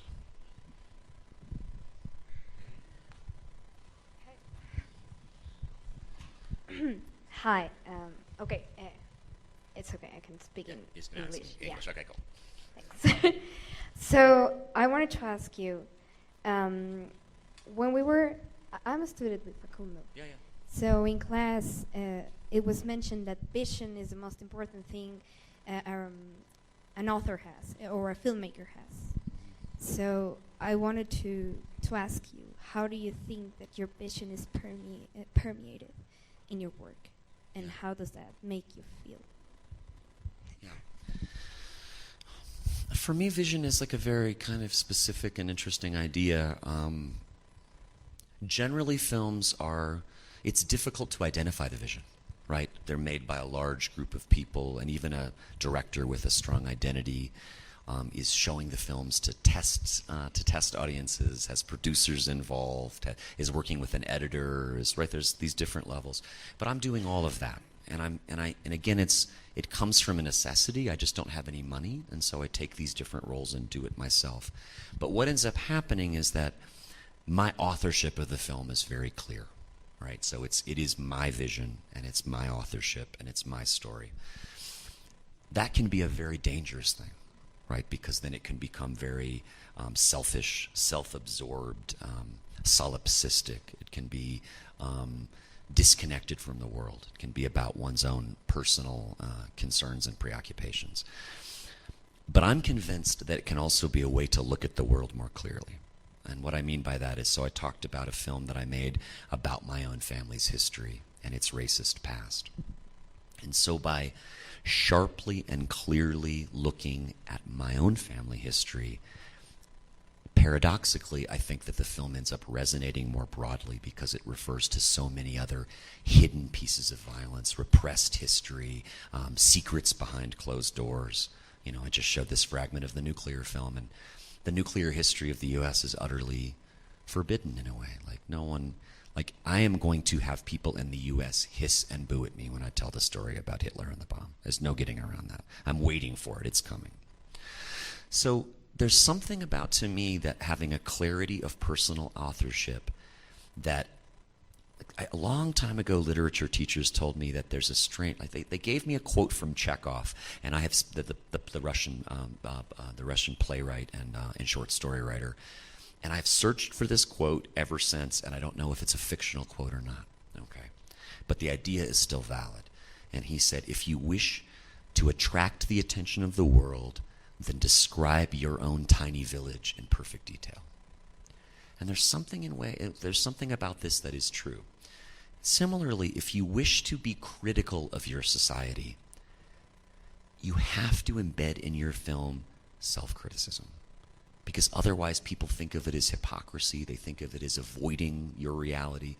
And so what I've found is that the more aggressively I am criticizing my own family history, myself, and my role in the world, I'm given a freedom to be critical towards the society in a way that I otherwise wouldn't get. So for example, when I deal with the Vietnam War, my father's role in that war I'm very open about. And so that gives me an opportunity. So that's the way I see vision. I see vision as a way to make personal work that instead of looking inward, paradoxically looks outward.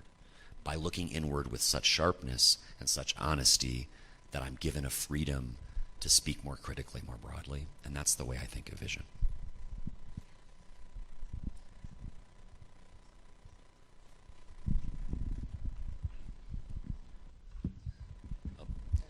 Well, hi Travis, I got a question for you. At the beginning of your presentation, you said that in your family background, both of your parents were running from racism and war. Yeah. And then, like 25 minutes later, you said that the first time that you met Santiago Alvarez in Cuba was the first time that you decided to start making films. Yeah, and my question here for you is, which of these points defines the kind of person, filmmaker, and activist that you are right now? Right. I mean, it was the family background, it was the moment that you met for the first time Santiago Alvarez, or if there's any other moment that I didn't mention, I'd be pleased to hear it. I think that they're all true. I don't really believe so much in like singularity. I think they all interconnect in these really interesting ways. I think a series of factors led me to become a filmmaker, but I didn't see them all at that time. I'll tell you one that's embarrassing but true, right? Which is that I was growing up in Montana, and I was, as a teenager, I became very interested in independent music. And I mean, I don't mean independent as a genre. I mean like musicians who were recording music themselves, making little records, and then going on tour in a crappy van, and playing little bars around the country and selling the records to people and the thing, right? I loved this. I thought it was so beautiful. It seemed so different from the culture that was being fed to me from above that I felt was very dishonest, right? And so at this time, like in 1982 or 83, REM was just getting started, and they're not the REM we think of now, right? They're not the giant arena band. They were a little independent band recording themselves. And they started producing music videos, and those music videos I would encounter, and those were the first experimental films I ever saw. So that is another influence of seeing these like beautiful, weird documents connected to the music, and then thinking about music as something that you could make yourself, you could teach yourself, and you could distribute yourself. Even before I had like radical ideas about politics, I just hated corporate culture. I just thought it was dishonest, and I didn't describe my life or my world, and it felt like bullshit to me. It still does. One of the things that drives me crazy about like this younger generation in the US is I think that there's like an acceptance of corporate culture that there was not when I was a teenager, where I think teenagers who were kind of edgier and weirder like I was naturally were hostile to it. And now like I have a 17-year-old daughter who thinks it's totally normal. Like she says, oh, you just like things because they're not popular. Like this is one of her obsessions, which isn't true at all, actually. It's just that stuff doesn't speak to me. And so that's another factor. And then another factor still was that, you know, when I first started encountering films and seeing these films of all sorts, like whatever, if you watch a film, it's hard to see the human hand behind a Hollywood film. Right? It's hard to see an individual voice that created that, at least for me. Maybe it's easier for other people to see. But when I watch Hollywood films, they seem like films made by an institution. They seem like giant corporate, you know, products. And so I went to a few experimental film festivals, and I could see films made by people. I could see like an individual made this film and came up with an idea. So I think seeing Santiago, I think having this family history, I think seeing work connected to independent music, and I think seeing films that were made by by individuals and seeing that they could express themselves very clearly, all of those were factors that intersected. And then I just wanted to be creative. I mean, I was inclined towards creativity. I loved music, and I couldn't figure out how to play an instrument. And so, you know, film became like my instrument, and it became a way for me to make music. So all of these are different factors that contributed and created a kind of critical mass. And then, of course, just good luck. I mean, that's always a factor, too. I mean, I probably wouldn't be standing here answering your question if the guy in front of me at the ice cream parlor hadn't asked me if I wanted to meet anybody. And that's a little scary, right? Like it's a little, because then you feel like, well, what opportunities didn't happen because I didn't meet the guy at the ice cream parlor? And I'm sure there have been many. So all of those would be factors involved in it. Thank you, Travis. Thank you.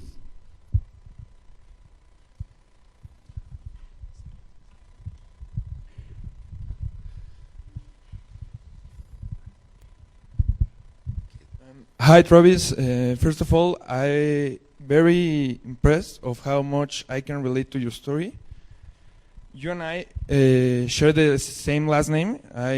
My last name is Wilkerson, Really? and that side, yeah. That's already really unusual, so I'm kind of shocked. That side of my family is Yeah. really, really racist. Yeah. And I identify myself to that part of life when you have a part of your family that Yeah. has some old ideas. Yeah. So the question is more personal. How Yeah. do you deal with people that's racist Yeah. and don't want to change their vision?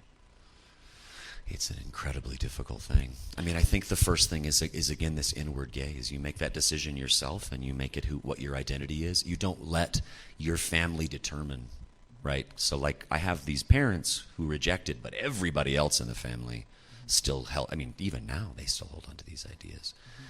And I think, like, family is a very complicated thing. Like, it's a complicated thing, and I guess you understand this.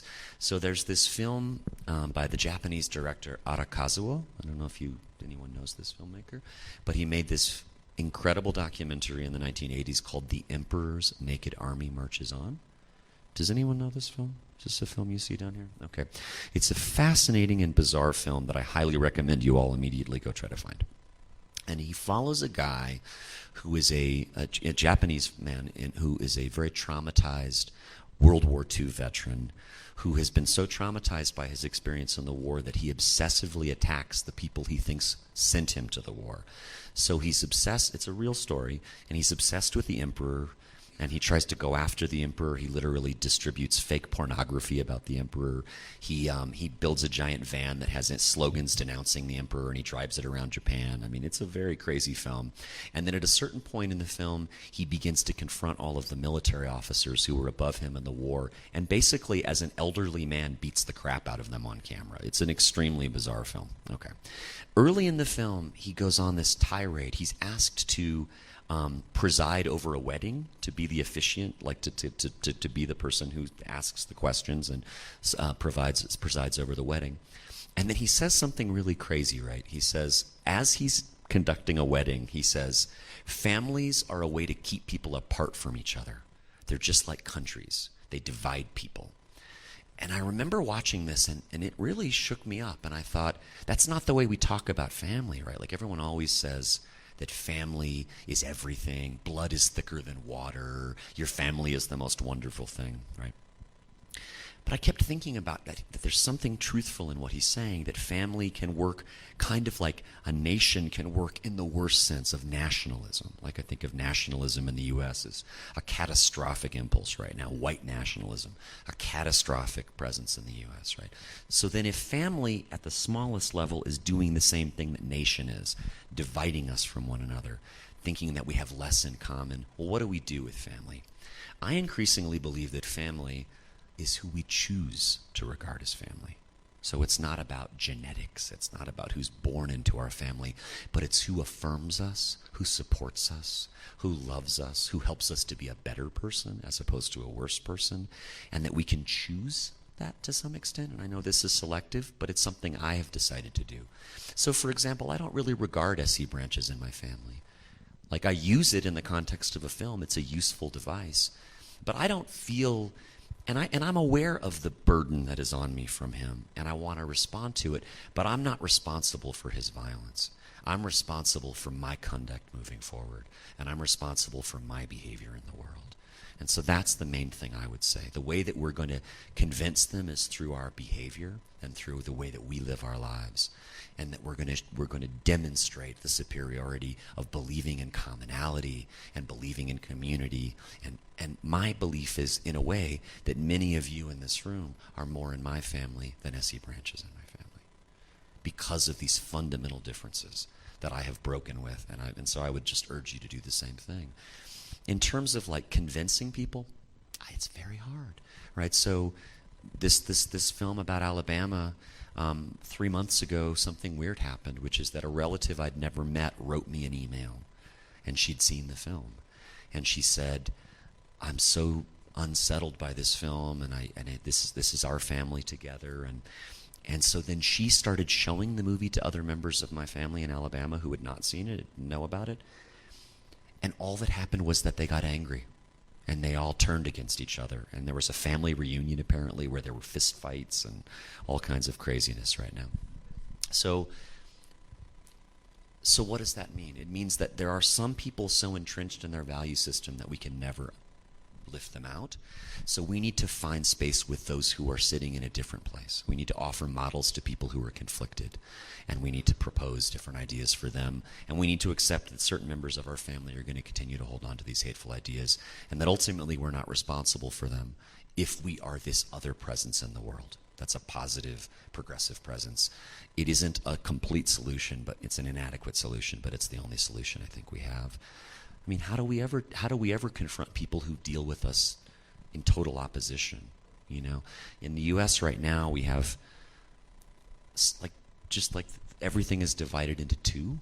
Like, I mean, everybody is like pro-Trump or anti-Trump, and there's right, and everybody is convinced of their, and it's like there is no discussion, there's no discourse, there's no possibility of movement. There's also no ability to sort of be anti-Trump from a position that doesn't embrace the Democratic Party. Right? This is like this huge problem in the U.S. right now, is that the things that I care the most about, racism and war, I mean, the Democrats are just as bad as Trump, honestly. I mean, the Democrats have been a warlike party. You know, like I got into this ridiculous social media fight with someone who said, well, the Republicans start all the wars. And I was like, yeah, except for World War I, World War II, the Vietnam War, and the Korean War. Right? And so, but somehow when we're stuck in this duality of the world, there's only this and there's only this, then we're not. I remember this other thing. There's this radical writer named Alexander Cockburn, who passed away a couple of years ago, told this funny story. He said that growing up in Ireland in World War II, that everybody would say the same thing. They'd say, if you said that you opposed the war effort, if you were opposed to World War II in some sense, then people would say, oh, I guess you want your sister to get raped by a Nazi.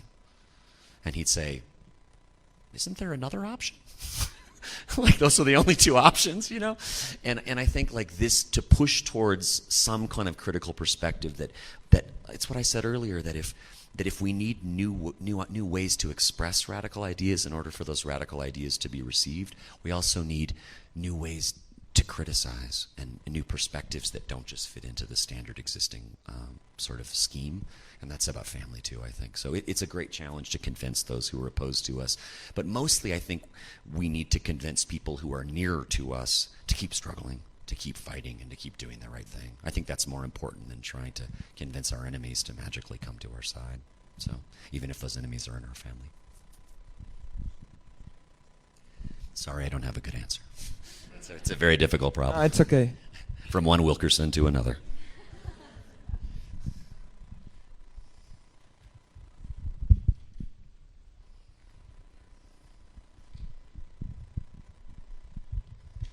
Hi. As a filmmaker, artist, father, and human, what advice can you give us to all of us? Well, I mean, I know this is going to sound strange, but just keep moving forward with everything. I mean, I think that where everything falls apart is despair. And despair is extremely easy to succumb to as an artist, as a father, as a filmmaker. Like there are so many reasons to succumb to despair. And despair is dishonest, right? It's not, because it's not that there are not despairing things in the world, and God knows I wrestle with them all the time. But the world is also such a beautiful place. And if we are only seeing the darkness, then we are not seeing the beauty, and they coexist in a very powerful way, right? And so that's true of all of the things that I just said. So like being an artist is one of the most challenging and exhausting things that one can do. But it's also the most beautiful way of life you can ever live. I cannot express this to you enough. When all of you are feeling frustrated in a year or two and you don't feel like you have the job opportunities that you should have and you're not getting the money to make your work and people aren't showing your work, just keep moving forward. Just keep moving forward. Do not succumb to that despair. Being a parent is one of the most exhausting and challenging things in the world. But if you are paying attention and you're awakened to the beauty of the world, being a parent is also the most wonderful thing you will ever do. So all of these things are interconnected. It's about awakening your senses to the world and being open to a multiplicity of things at the same time, but always being aware of the beauty that exists all around us, even in the most horrible times. Because I'm telling you, it is always there. And so that's what I would say.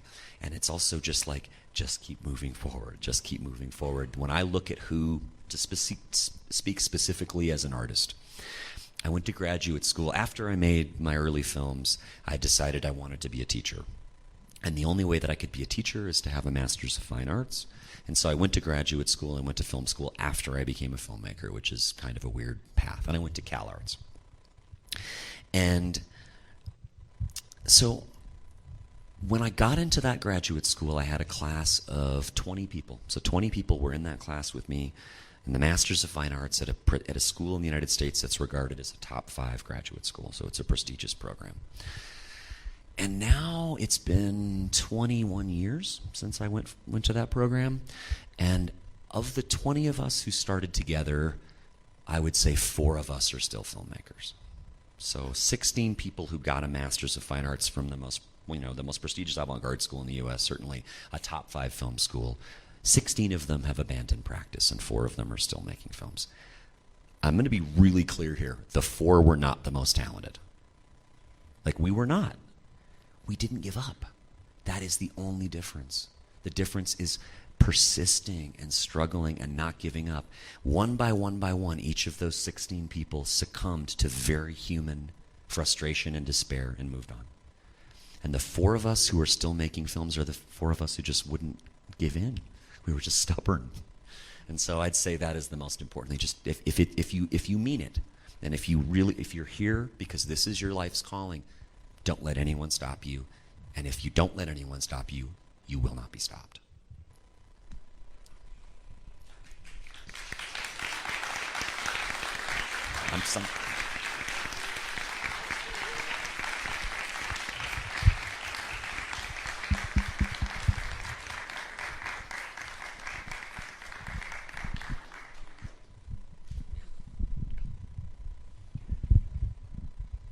Hi, thank you.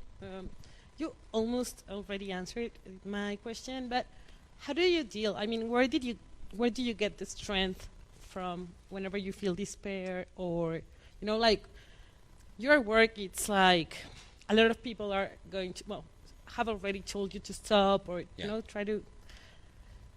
When that happens to you, how do you work with that, and how do you reconnect, trying to to write again, or to do, I don't know, how do you get this, where did you get the strength from?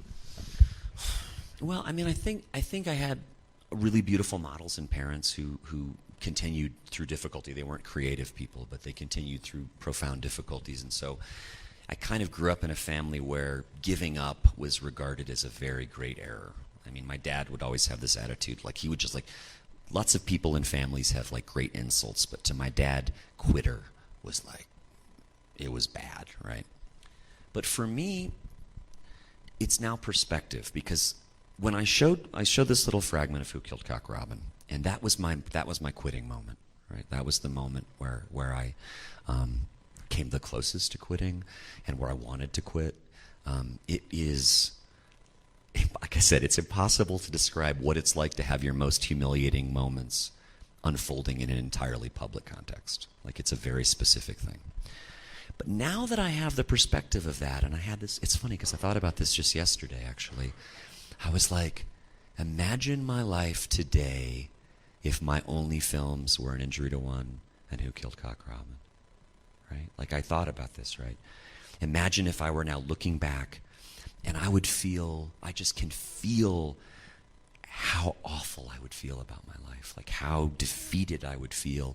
And so having that perspective, for me now, it's just like moving forward is kind of easy, like because it's become habit. Anything that we do often enough becomes habit, and creativity for me is habit now. So when I was first developing practice, I would go through long processes where I would have writer's block, or I couldn't solve a problem, but I've been doing it for 25 years now, and so now the practice has become, I know what my process is. So like when I hit a wall, I always do the same thing. I do busy work that relates to the project, and then that always gets me back to the creativity. So that's my simple solution. So like if I'm doing an edit and I'm like, I just can't figure out how these two images fit together, or I don't know what music to use, or what I always do is the same thing. I just go do busy work. I type that transcript, or I send off that grant application, or something like that. Like I do something banal that's not creative. And somehow through the banality, I always get back to the creativity. It always starts making me daydream, and I start going, oh, wait a minute, here's the song that would work for that. Like it always has this effect. How I did it back then, I'm not entirely sure. But what I can tell you is that if you can learn anything from me today, it's that if I had abandoned my practice, I would be so despairing now. So when you're having that moment, remember that, and remember that it's like, okay, he said this, and I can't do it. Like I can't, because I don't know anything, but I know that would be a disaster in my life right now. And everyone I know who made those decisions, they look back on the period when they're creative as the most important and the most vibrant and the most meaningful, no matter how hard it was. And so I just can't let myself do it at this point. And now I don't have any other skills. So like at this point I have, like I don't have, like every so often I'll be like, what could I do if I didn't do filmmaking, like so that my family can have more stability and we could have like a good retirement account or whatever. And then I'm just like, I don't know how to do anything. Like I don't have any normal skills, you know. And so every so often I'll apply for jobs and I don't get them anyway, so it works out fine. You know, and again, this like makes, again, it's hard to explain. Day-to-day life is challenging as an artist. It is. There's no getting around it. But it is more than a job. It is your identity. It is your calling. It is profound. It is like, I guess it's what people who go into the priesthood and want to be priests, something like that. I don't know what it is, but it's a profound calling, and life is so much more meaningful. And the main thing about it that's so beautiful is that being an artist is, I think human beings are incredibly social. I think I think capitalism tries to teach us to be antisocial in a million different ways every single day. But fundamentally, what we arose as a species because we had the ability to communicate and work together and solve problems together. And being an artist is the most social thing you can do. Like to the point where sometimes you're like, oh, you know, like I mean, this is like, I don't know, my 10th public speaking thing in the last couple of weeks, right? And there's times when I'm like, oh, I'm saying the same crap and I'm exhausted and blah, blah, blah. I don't want to be in front of people again. But then I feel so connected to human beings, and I feel so grateful for that. Like at a time when everybody is feeling so disconnected from one another, I'm constantly given an opportunity to be connected with other people, and that makes me feel so human, and it makes me deal better with my children, and it makes me, I don't know, it's just profound. So that's the way. It's just use it as a way to connect with others and have faith that if it's something you believe in, you absolutely can do it if you stick with it, and just struggle through it. Hello. Right there. I want to say thank you. Your thoughts are very inspiring to me, and I want to share my work. I'm an actress, I'm not a filmmaker, Okay. but I had the need to tell a story. Sure. It was also a story of my parents. Okay. I'm daughter of a hippie family that they left Germany, they are German, they went to Africa, they lived there, Wow. and ended up on the Canary Islands. Okay. This island where I was born, El Hierro, is very small, and all the people that are different and think different, they are like criticized Right. very hardly. I left the island as soon as I could, and then I studied for acting and everything. And one day I really felt the need to tell a story, but I didn't know what to tell. Right. So I bought a camera, I went to Africa and tried to find all the places where my parents lived and those friends. Yeah. And there I realized that I was a little bit of African culture, a little bit of German culture, and a little bit of Spanish culture, and all that together, that was what I was. Yeah. So in the end, I didn't know what to tell in my story, but I found that what I needed to tell is that we are all the same. Yeah. It doesn't matter where we live, and that racism doesn't make sense. Right. So today, listening to your words was really inspiring. I want to say thank you, because what I've done really made sense. I felt that it came from a place very deep inside of myself, Right. and I didn't know what would be the end of what I was going to tell, but I found it while I was doing it. Yeah. Yeah, Thanks. and thank you. Yeah, thank you. I mean, I think that's really beautiful. And the journey is a big part of it. I mean, I think one thing when one is working on individual projects, I think somehow when we're first learning to make things, we think we know what we wish to say before, at the beginning of it, and we don't need to. And actually, when we think, I don't know what I want to do, the stepping forward and taking the camera and having the conversations, that's when we discover the way to articulate it. And I find that I'm very comfortable with not knowing where I'm going to end up with because I've been doing it for so long, right? But I can understand why when one is first beginning, that seems overwhelming, and we think, of course, everyone must know their whole idea all the way through. That journey is an incredibly important part of the process, though, and actually really beautiful. Is something, maybe it's a high wire act, you know, we're walking on a high wire, but it's a beautiful thing to do, and it always resolves itself. If we keep going, it always resolves itself. And this question of dividing us up, you know, I've been thinking about it so much this last couple of weeks because I just love Mexico and I love Mexican people. I just feel so deeply connected, right? I just always have a wonderful time here, and so I found myself wondering again, where does anti-Mexican racism, like embodied by people, like where does it even come from? Like this Trumpian bullshit, like what are the origins of it even? Like it's so baffling to me because when I'm in Mexico, I feel not only this, I also feel like a place where culture has developed over thousands of years, and you feel this wisdom of this long distance, and then all this commingling of different cultures that you say that have formed, just like your own experience, but it's completely embodied in Mexico, right? Where a series of different cultures have intersected to produce this remarkably vibrant society. So where does all this shit come from? I almost feel like the reason Trump hates Mexicans is because Mexicans are so awesome. And he's just such a useless piece of shit, you know what I mean? I mean this sincerely. This division is a false division, and it's stupid, and of course it's wrong, but I also don't even understand where the hell it comes from. But it's also the same thing in the US, right? I mean, like, imagine American culture without black people, right? Like, imagine American culture without black people. Can you imagine what American music would be like if there were no African roots to US society?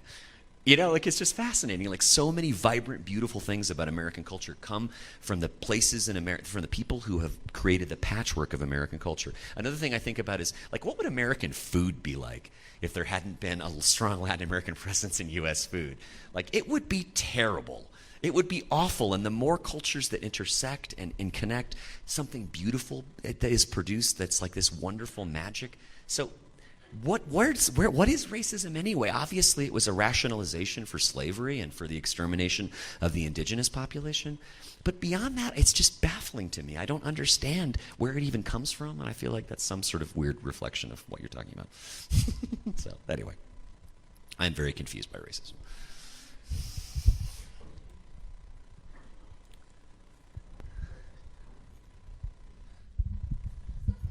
Gracias. Well, this is none of my business, but I want to know what happened with your parents. I mean, are they still married? Okay, Are they living in Butte? Sure. And how do you feel about your work? Yeah. And yeah, another sure. question. Yeah, sure. after 2003 and what happened at Sundance with your movie, Yeah. how did you make a living? Yeah. I mean, Yeah. I always think about this Yeah. in terms of other filmmakers, like Yeah. they stop working for a couple of years Right, or right, something, but right. about your personal Yeah. situation, Yeah, how yeah. did you make a living? I'll answer that first, and then I'll go with my parents. So I shot the film in 2003, but it premiered at 2005, and it was, as I said, catastrophic. By, again, complete kind of happenstance, like at the moment when I was in an absolute crisis, a former teacher of mine reached out to me and said, would you be interested in teaching a class? And so so for that next several years, I just taught. I was a teacher, and I didn't produce any more films for almost 5 years. I was doing a little bit of performance art, but it was just not for money, believe me. It was the opposite of for money. But I was doing a little bit of that, but I was teaching. And for me, that sort of handing off, the teaching was just a miracle. I mean, it was like it came into my lap accidentally in the most beautiful moment, and then learning to do that. So then I got into the classroom that fall, and it was at CalArts, which is a very good school, and the money wasn't that good, but it was enough to pay my basic living expenses and survive. And then what I find over and over again with teaching is that, this question before about what do you do when you feel the despair. The thing about teaching and despair, in my opinion, is that somehow teaching always works against despair, because in the classroom, you're trying to help young artists solve problems that you've solved previously. That's the main thing you're doing. And somehow in the process of that, of bringing work you believe in, showing it, arguing for it, and arguing through a set of kind of solutions to the problems they're confronting, the despair tends to fall away. And so it was through the teaching that I went back into my practice, because I was helping them make work, and even though I didn't make work for a few years, it reactivated my desire to make work because I was helping these young artists make work. And a bunch of them are really, really amazing now. There's one of the neat things about teaching at a place like CalArts, which I only got to do for a little while, is the students are really serious and they're really ambitious, and so you're working with people who are really trying to make significant works, and that just helped me through it. In terms of my parents were together to the very end. My mom is still alive. My dad passed away a couple of years ago, and it actually relates to all this. So my father, who was obsessed with the war, I mean, in a way that was very destructive for him in many ways. I think it never really ended, and I think he never forgave himself, which I think is unfortunate. So his life ended in a way that was like the only way it could end, which is that he contracted a form of cancer that was related to Agent Orange exposure in the war. And so he then spent 2 years with this terminal disease called multiple myeloma, which is a rare form of blood cancer, and had just a terrible last couple of years of his life. And when he was going through it, he was very conscious of its relationship to the war. And his very last words for me was, why did they make me fight that terrible war? Why did they do this to me, right? And that's, I mean, I'm very sad that he ended his life with so much despair, but in a way, he lived his whole life that way about the war, and so if I would have imagined how he would die one day, it's probably how I would have imagined it. I really feel like, in a way, his consciousness imposed the cancer on him as much as the chemicals did. I know that sounds strange, but I always felt that way, because he felt that he had done this terrible, terrible thing, and I spent years simultaneously talking to him about, and I truly hate the Vietnam War. I mean, I think it's just horrific. I cannot believe that Americans still believe that this neo-colonial savagery that murdered millions of people to prevent a country from gaining independence was somehow appropriate. But nonetheless, somehow, he was a soldier. He wasn't the one who went to war. He was the one who was sent to war. It's always the people in business suits, someplace else, who send young people off to the terrible wars. And so I always felt like he needed to figure out a way where he could be critical of the war but could forgive himself, and he never could. My mom is the same. I mean, she's still a complete maniac. So the whole time I was doing the film about Alabama, she was like instigating me and sending me articles and encouraging things and telling me to take it further. Now that I'm working on the nuclear war film, literally every day she sends me an article that's some sort of apocalyptic article about nuclear war. So she's still very much the same way. Yeah. Thank you. Sure. Yeah. It's on again, yeah. Hi, You were talking about all these nuclear spots in the States. Yeah. And I want to ask you, what do you think is the main purpose of the States to have all this nuclear stuff? Yeah. You think it's only to show off power or to provoke fear in other countries? What do you think? I think it's an existential question for the U.S. I think it's different for different countries, but I don't think it's a coincidence that the U.S. is the country that created the weapon. And what I mean by that is that the U.S. is a country that was created through a kind of form of aggression, right? It came to a place, it seized land, and then continued to expand the seizure of land. And it did that through slave labor. I mean, these are basic existential questions. But the fundamental notion that what is ours, and I mean this ironically, and I'm talking about the U.S., came through seizing things violently, has created a kind of culture in the U.S. that permanently believes that everybody wants what we have and will do to us what we did to them. Do you understand what I mean? Yeah. And so it creates a kind of identity about violence, which I think is deeply interconnected to the amount of sexual violence against women in U.S. society, to the amount of gun violence that unfolds constantly in U.S. society, and to something else about the U.S., which is that I believe that there's only been 13 years in U.S. history when the U.S. hasn't been at war with someone, like in 250 years or something like that. Well, why is that?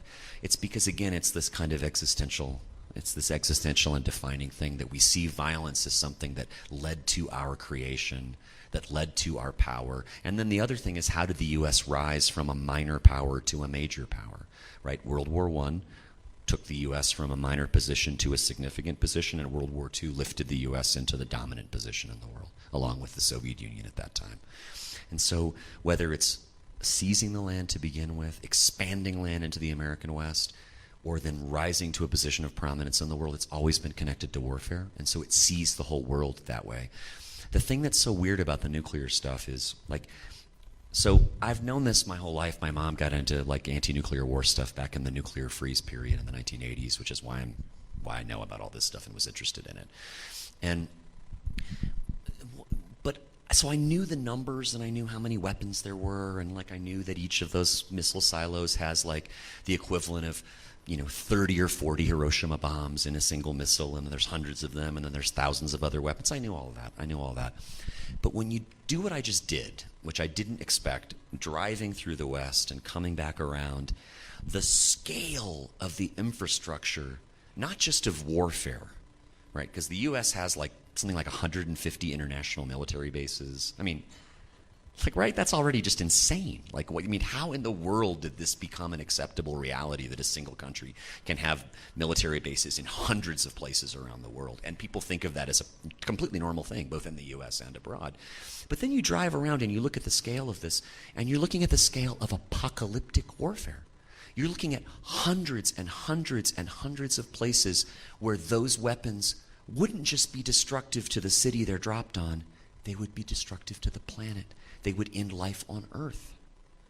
So how does the vastness of this infrastructure become normality, become acceptable, and then more than that, become a pretext for the U.S. to decide who else can have the weapons?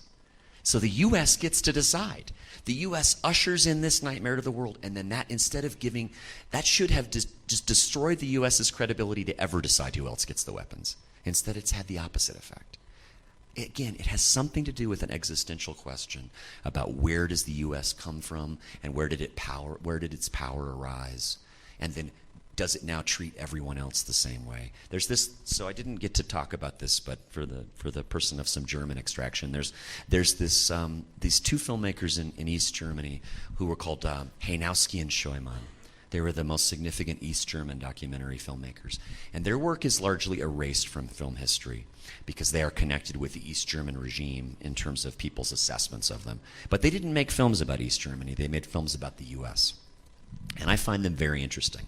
And they made this one film in 1967 called Pilots in Pajamas, and it's a 5-hour film in which U.S. prisoners of war in the Hanoi Hilton, so the prison camp in Hanoi, are interviewed about why they went to war and why they were dropping bombs on Vietnam. Okay, It's a very interesting film, and as the son of a military pilot in the war, I find it incredibly fascinating, right? And this is a film that every American should watch, but no Americans have watched. It is basically banned in the U.S., and you can't really see it. And there's this one moment in the film that I think helps to explain this. It's a section about torture, okay, which is a very American thing, right? The U.S. has been connected to this vast infrastructure of torture with academies and institutions and manuals, and it's a huge, vast system, right? There's no question about that. And so in the film, the filmmakers are asking one of these Americans, they ask each of them in a row. They describe the training that the pilots go through before they go to Vietnam. And one of the training that they go through is that they're tortured. And they're tortured to prepare to be tortured. Okay, so this is the idea, is they're training them so they won't betray as they're being tortured. And so they go through the list of all the different things the ways they're tortured. And they're going through the list, and it includes electrocution and waterboarding and all, I don't need to go through all this barbarism, but you can imagine they go through the list. And they ask them, were you trained for this? Yes. Were you waterboarded when you were captured? No. Were you trained for this? Yes. Did that happen to you? No. And they go, it's this long sequence in the film. And then the East German filmmakers, who are very critical of the U.S., say, well, why do you think you were trained to do all these things that you didn't experience? And the pilots are like, it's like a lot of the pilot questions are like, I don't know, like over and over again, they seem kind of confused by the questions. And then the filmmakers say, well, I would propose to you that it's because your country demonizes socialism so much that you can only imagine that socialists would do these terrible things to you and prepare you for this. And that's where the filmmakers get it wrong. They don't take it far enough. That's not why they do that. They are preparing the pilots to be subjected to the things that they will subject others to. And that's the answer about violence and war, I'm sorry to say. Thanks.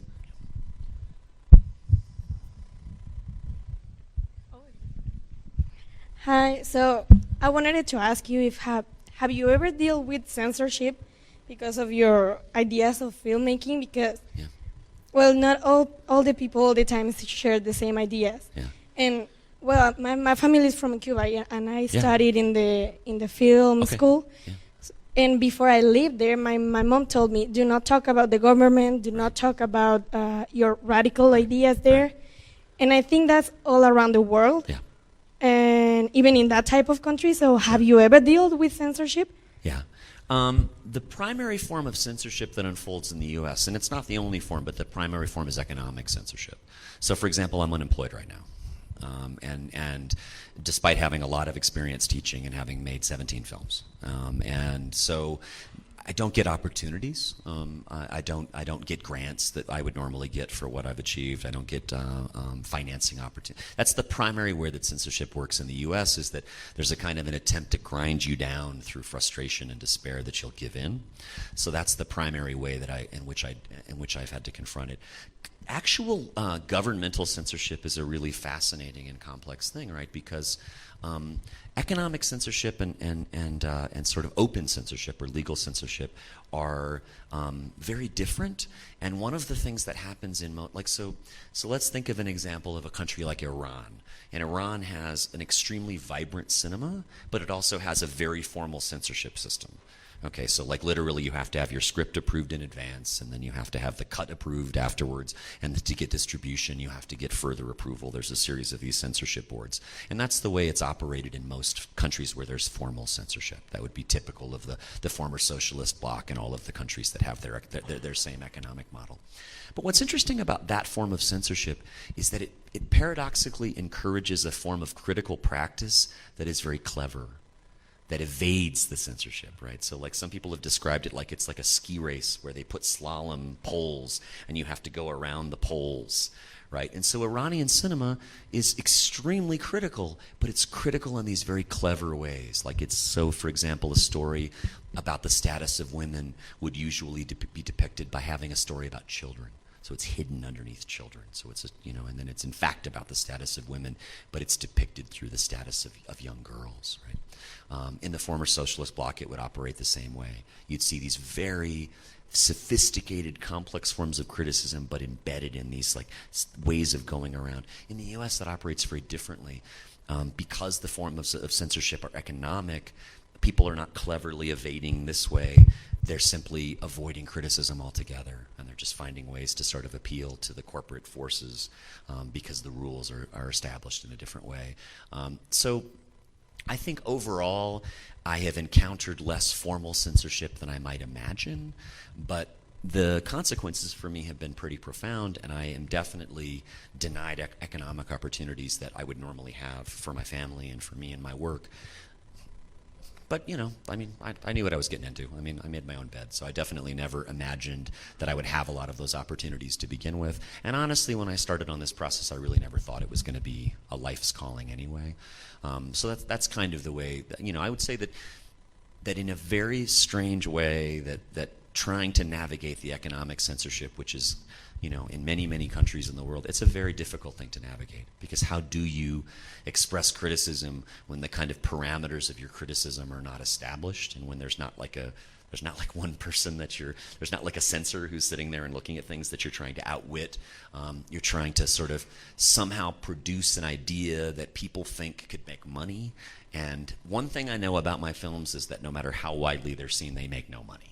They just do not make money. And so, so I endlessly am confronting the same thing, which is that people will not give me the opportunities that I would normally get because their argument is, well, that's not going to make any money.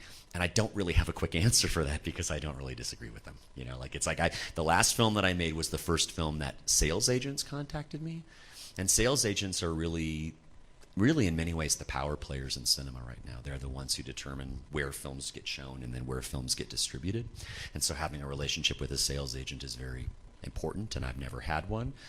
And over again, we would have these conversations where they would say, oh, I like the film very much, but we're never going to be able to sell it. And I would get very frustrated because I would say, look, don't you think you're determining that in advance? Like perhaps if you simply made an effort to sell this kind of work, there actually would be an audience for this kind of work.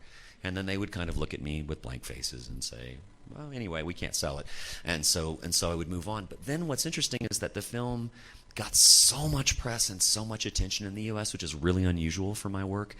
And its entire domestic gross was $24,000. So it made no money. The movie didn't cost very much, but it cost slightly more than that, and it made no money. And at that moment, I was like, well, that's an interesting question, because it seems like those sales agents were actually correct, even though I was frustrated with them, because those who finally chose to distribute it didn't make any money. Which raises a different question, which is perhaps the mechanism to overcome economic censorship is for us to create structures of distribution that are as creative as the structures of production. And so that's going to kind of become a burden on filmmakers, that they need to create new ideas for how to distribute the work in the world. And I think that's a pressing matter for progressive, innovative filmmakers.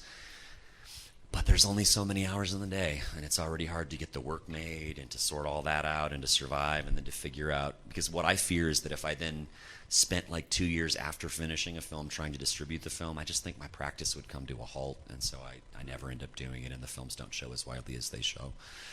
As they should. So those are difficult questions. I wish there were some really creative person in here who could create an alternative economic model for distribution, which I think is going to happen. I think the current system is falling apart. I don't think it's making any sense anymore.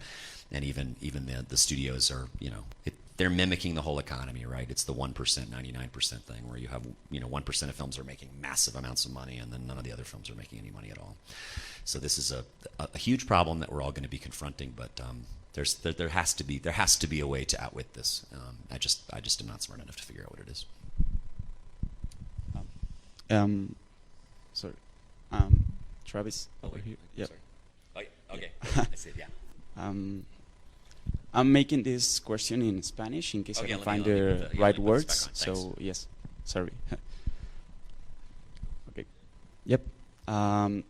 ¿Cómo o qué procesos creativos o quizá técnicos tienes para, o no sé, empleas para transformar estos discursos tan fuertes, tan críticos, en las imágenes, o sea, que no se vuelvan como pesados, o sea, que sean, pues sí, o sea, para transmitirlos correctamente, porque son discursos como muy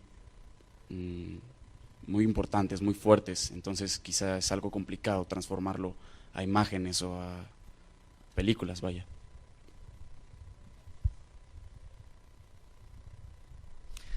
Yeah, thanks. That's a really nice question. It's you know, I'm convinced that there's a way in which, for all that I'm sitting here talking about all these ideas and making these complex arguments, that in a way it's pushing towards simplicity, right? Like, I know that is a counterintuitive thing. How does one create complexity? But you create complexity actually through simplicity. I think that we tend to think that in order to convey our meaning, there's a very grand idea that is associated with the cinema, and one of the things that I often encounter with people, especially young filmmakers, is that they say they don't want to make simple films; they want to make cinematic films. And it's always a term that I kind of find frustrating, because I really think what they mean is they want to make a film that looks more like what they think of as cinema, which is really a different thing altogether. To me, the main way to convey complexity is through having a very direct gaze, right? So, you know, I showed a little piece of Cock Robin, and Cock Robin is like the camera's moving and everything's...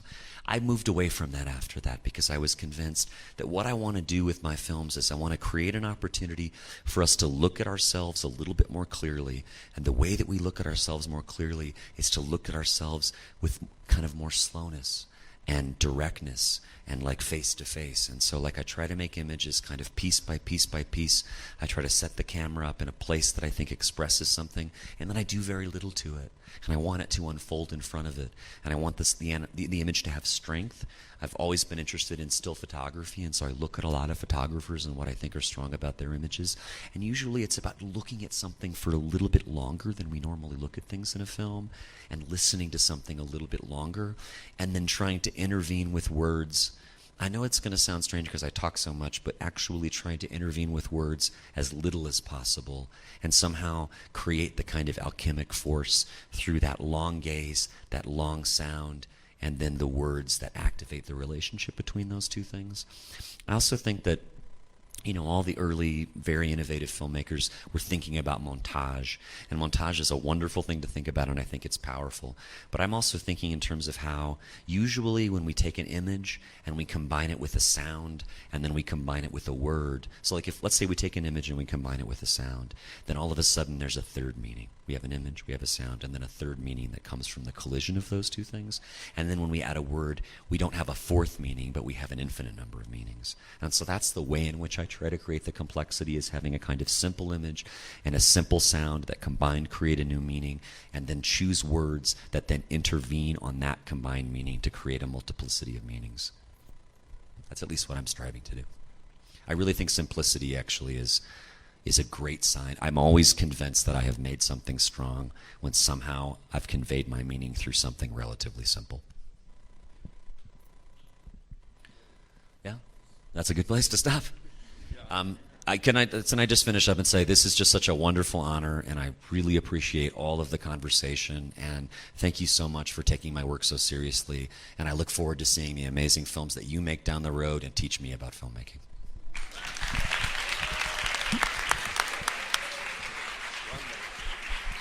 Beautiful.